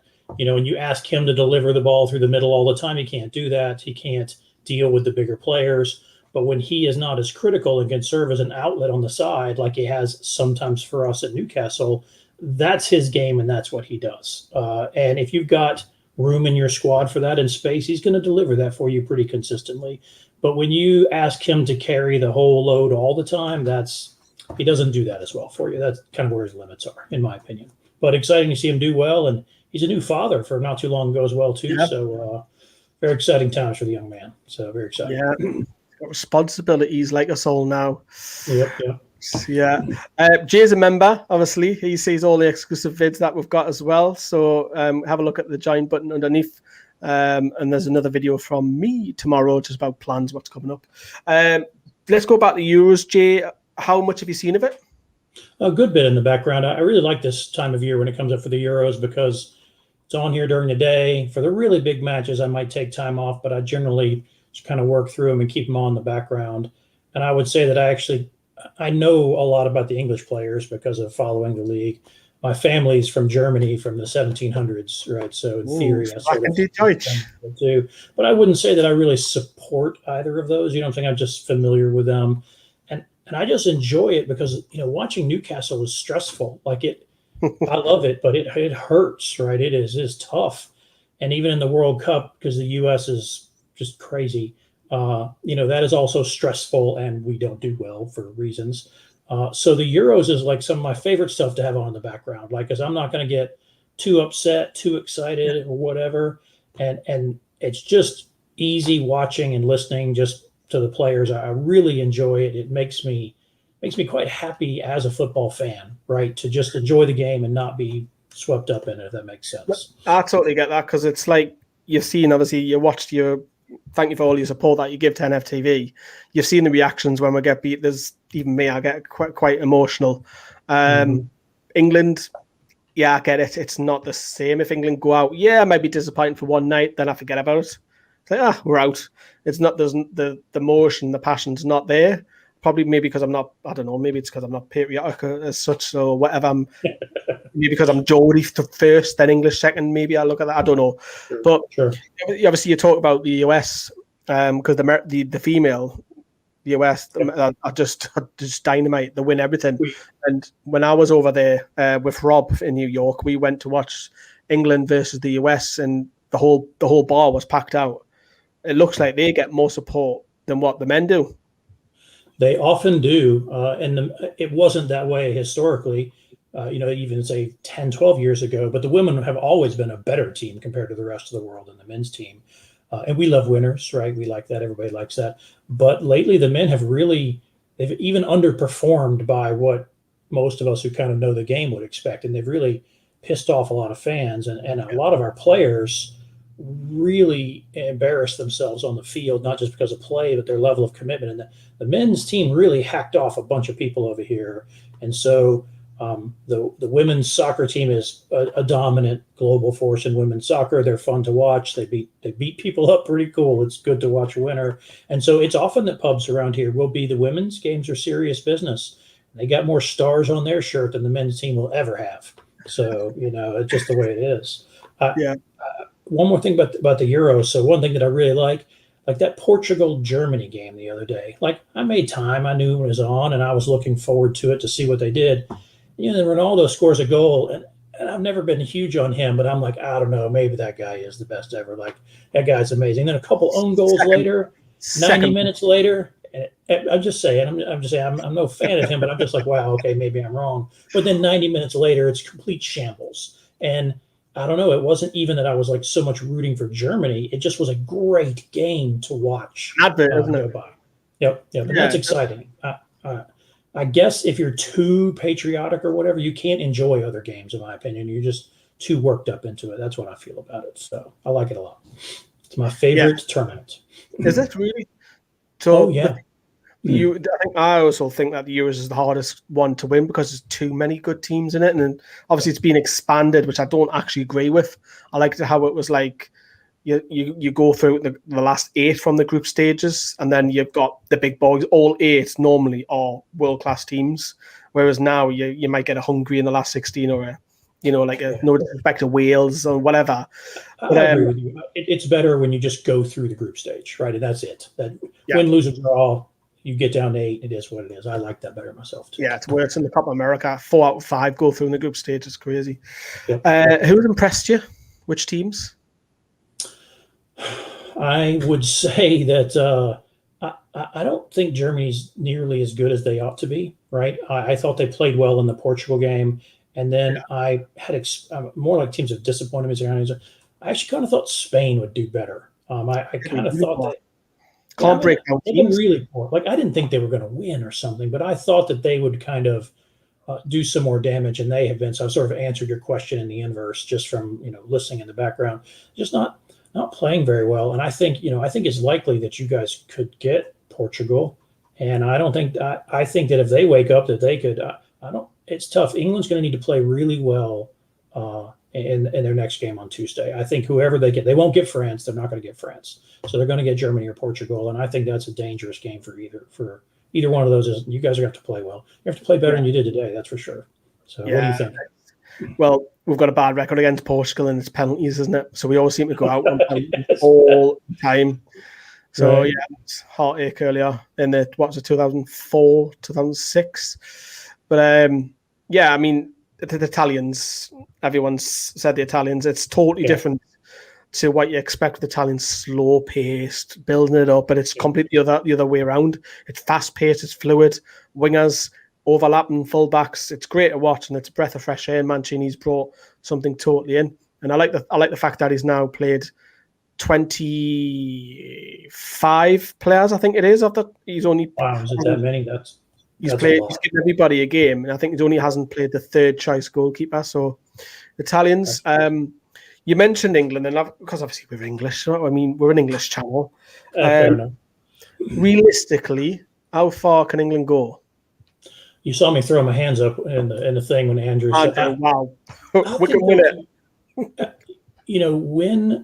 When your better players play well, I think you're a pretty okay team.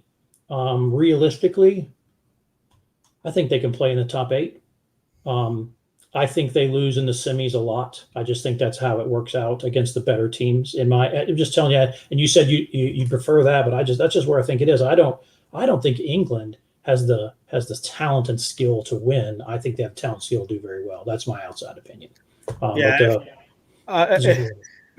I'd rather get put out in the semis, because if we got to the final, it'd be documentaries made for about 10, 15 years about making the final. There always is. I don't think Southgate is the right coach to coach the team up for that either. I just don't. I know you guys all have different opinions on that.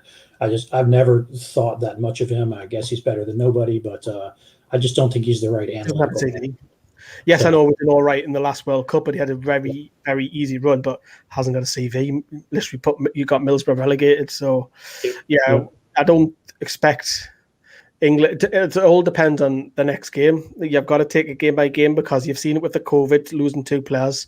You can get an injury, and that might rule out your star player.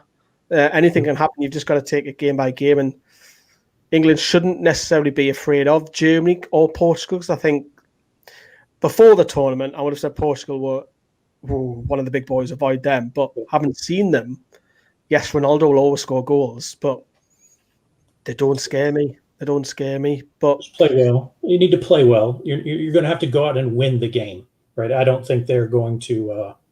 I don't think they're going to give it to you, whoever it is. And Germany's a little older and a little slower, longer in tooth these days than they used to be, right? So I just think.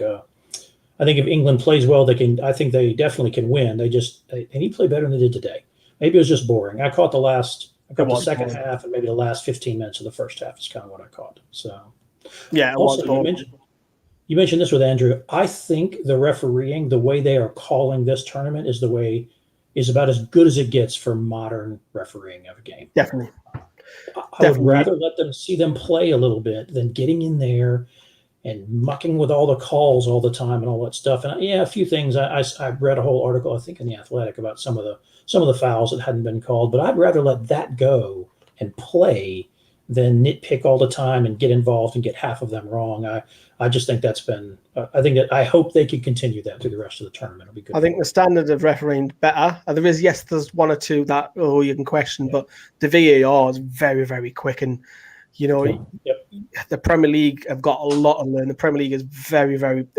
Yes, it's a fantastic league, and it's one of the best in the world. But it's so poor for the VAR. Too long for me. You mentioned obviously the refs there. I just want to talk about a couple of other things with the Euros as well. Who's going to win it? So now I'm on France now. So I think France can and will win it. That's where I'm at right now. And I don't think it's very controversial, by the way. I think even though they played poor against Hungary. Yeah, even though they played poor against them, I still think so. So I didn't see that game specifically, right? So, but I know that was a blow to them. That's my take. So, disagree? No, I didn't hear you in. You don't think? I still think France. Yeah. Okay. I think they got the talent. They've got they're playing well generally. They're one of the big teams. I don't know. Maybe we'll both look dumb if they screw it up. But who are they going to get? They're going to get not from the same group. Actually, I don't know who they're going to get. Could get us, yes. Yeah. I think France will tear us apart because even though you look at all the winners in the past from World Cups to Euros and Copa Americas and the Gold Cup and whatever it may be, there's always a game where they're not as strong as what they have been. There's always one game, and I think you've got to have a little bit of luck along the way. Maybe it's a shot that gets deflected and it hits the post at the last minute and keeps you in the tournament, stuff like that. You've got to have a little bit. But we'll switch the focus to goals. Who is going to be the top scorer? I really don't know. I had to look it up when Andrew had his comment. I'll just be honest, I don't have a full opinion on that yet. You're surprised that who's there at the minute, because you think you start the tournament after the group stage, you wouldn't have had Wijnaldum to be going top with Ronaldo. So I brought the list up here as well, right, when you and Andrew were talking about that, and I was just surprised where people were. I don't feel smart enough to prognosticate about that, and I'm happy to say that on the internet for all time. I don't know. I think a lot of things, if we are where we are now, I think it's going to be very dynamic to the end of the tournament. That's what I think. I think there's going to be some people are going to rise up and make a difference, and it's not going to be the people we think it is. That's what I'll take that. So best I can do for you there, right? Lukaku for me. Lukaku. Yeah, I'm certainly not saying no to him, right? I heard you and Andrew both say that. So yeah. Before I let you go, Newcastle. obviously no signings yet. We're not expecting any until the lads start coming back to pre-season. But just what you're expecting, as much as you can try to predict, is it going to be a frustrating summer ahead? Well, it's Newcastle. There will be degrees of frustration. So I guess it just depends on how much you believe in the crazy rumors of people in France and whatnot. I don't know. I wonder if Mike Ashley might kind of realize that his asset might need some tending, right? Like he's going to have to. Maybe we'll get a little bit more money. So that's really what controls everything, right? Is how much money do we get? Now we're going to be dumb with it. I don't trust us to make good decisions, but are we going to be dumb with 15 million, or are we going to be dumb with 50 million, and probably 20 to 25? I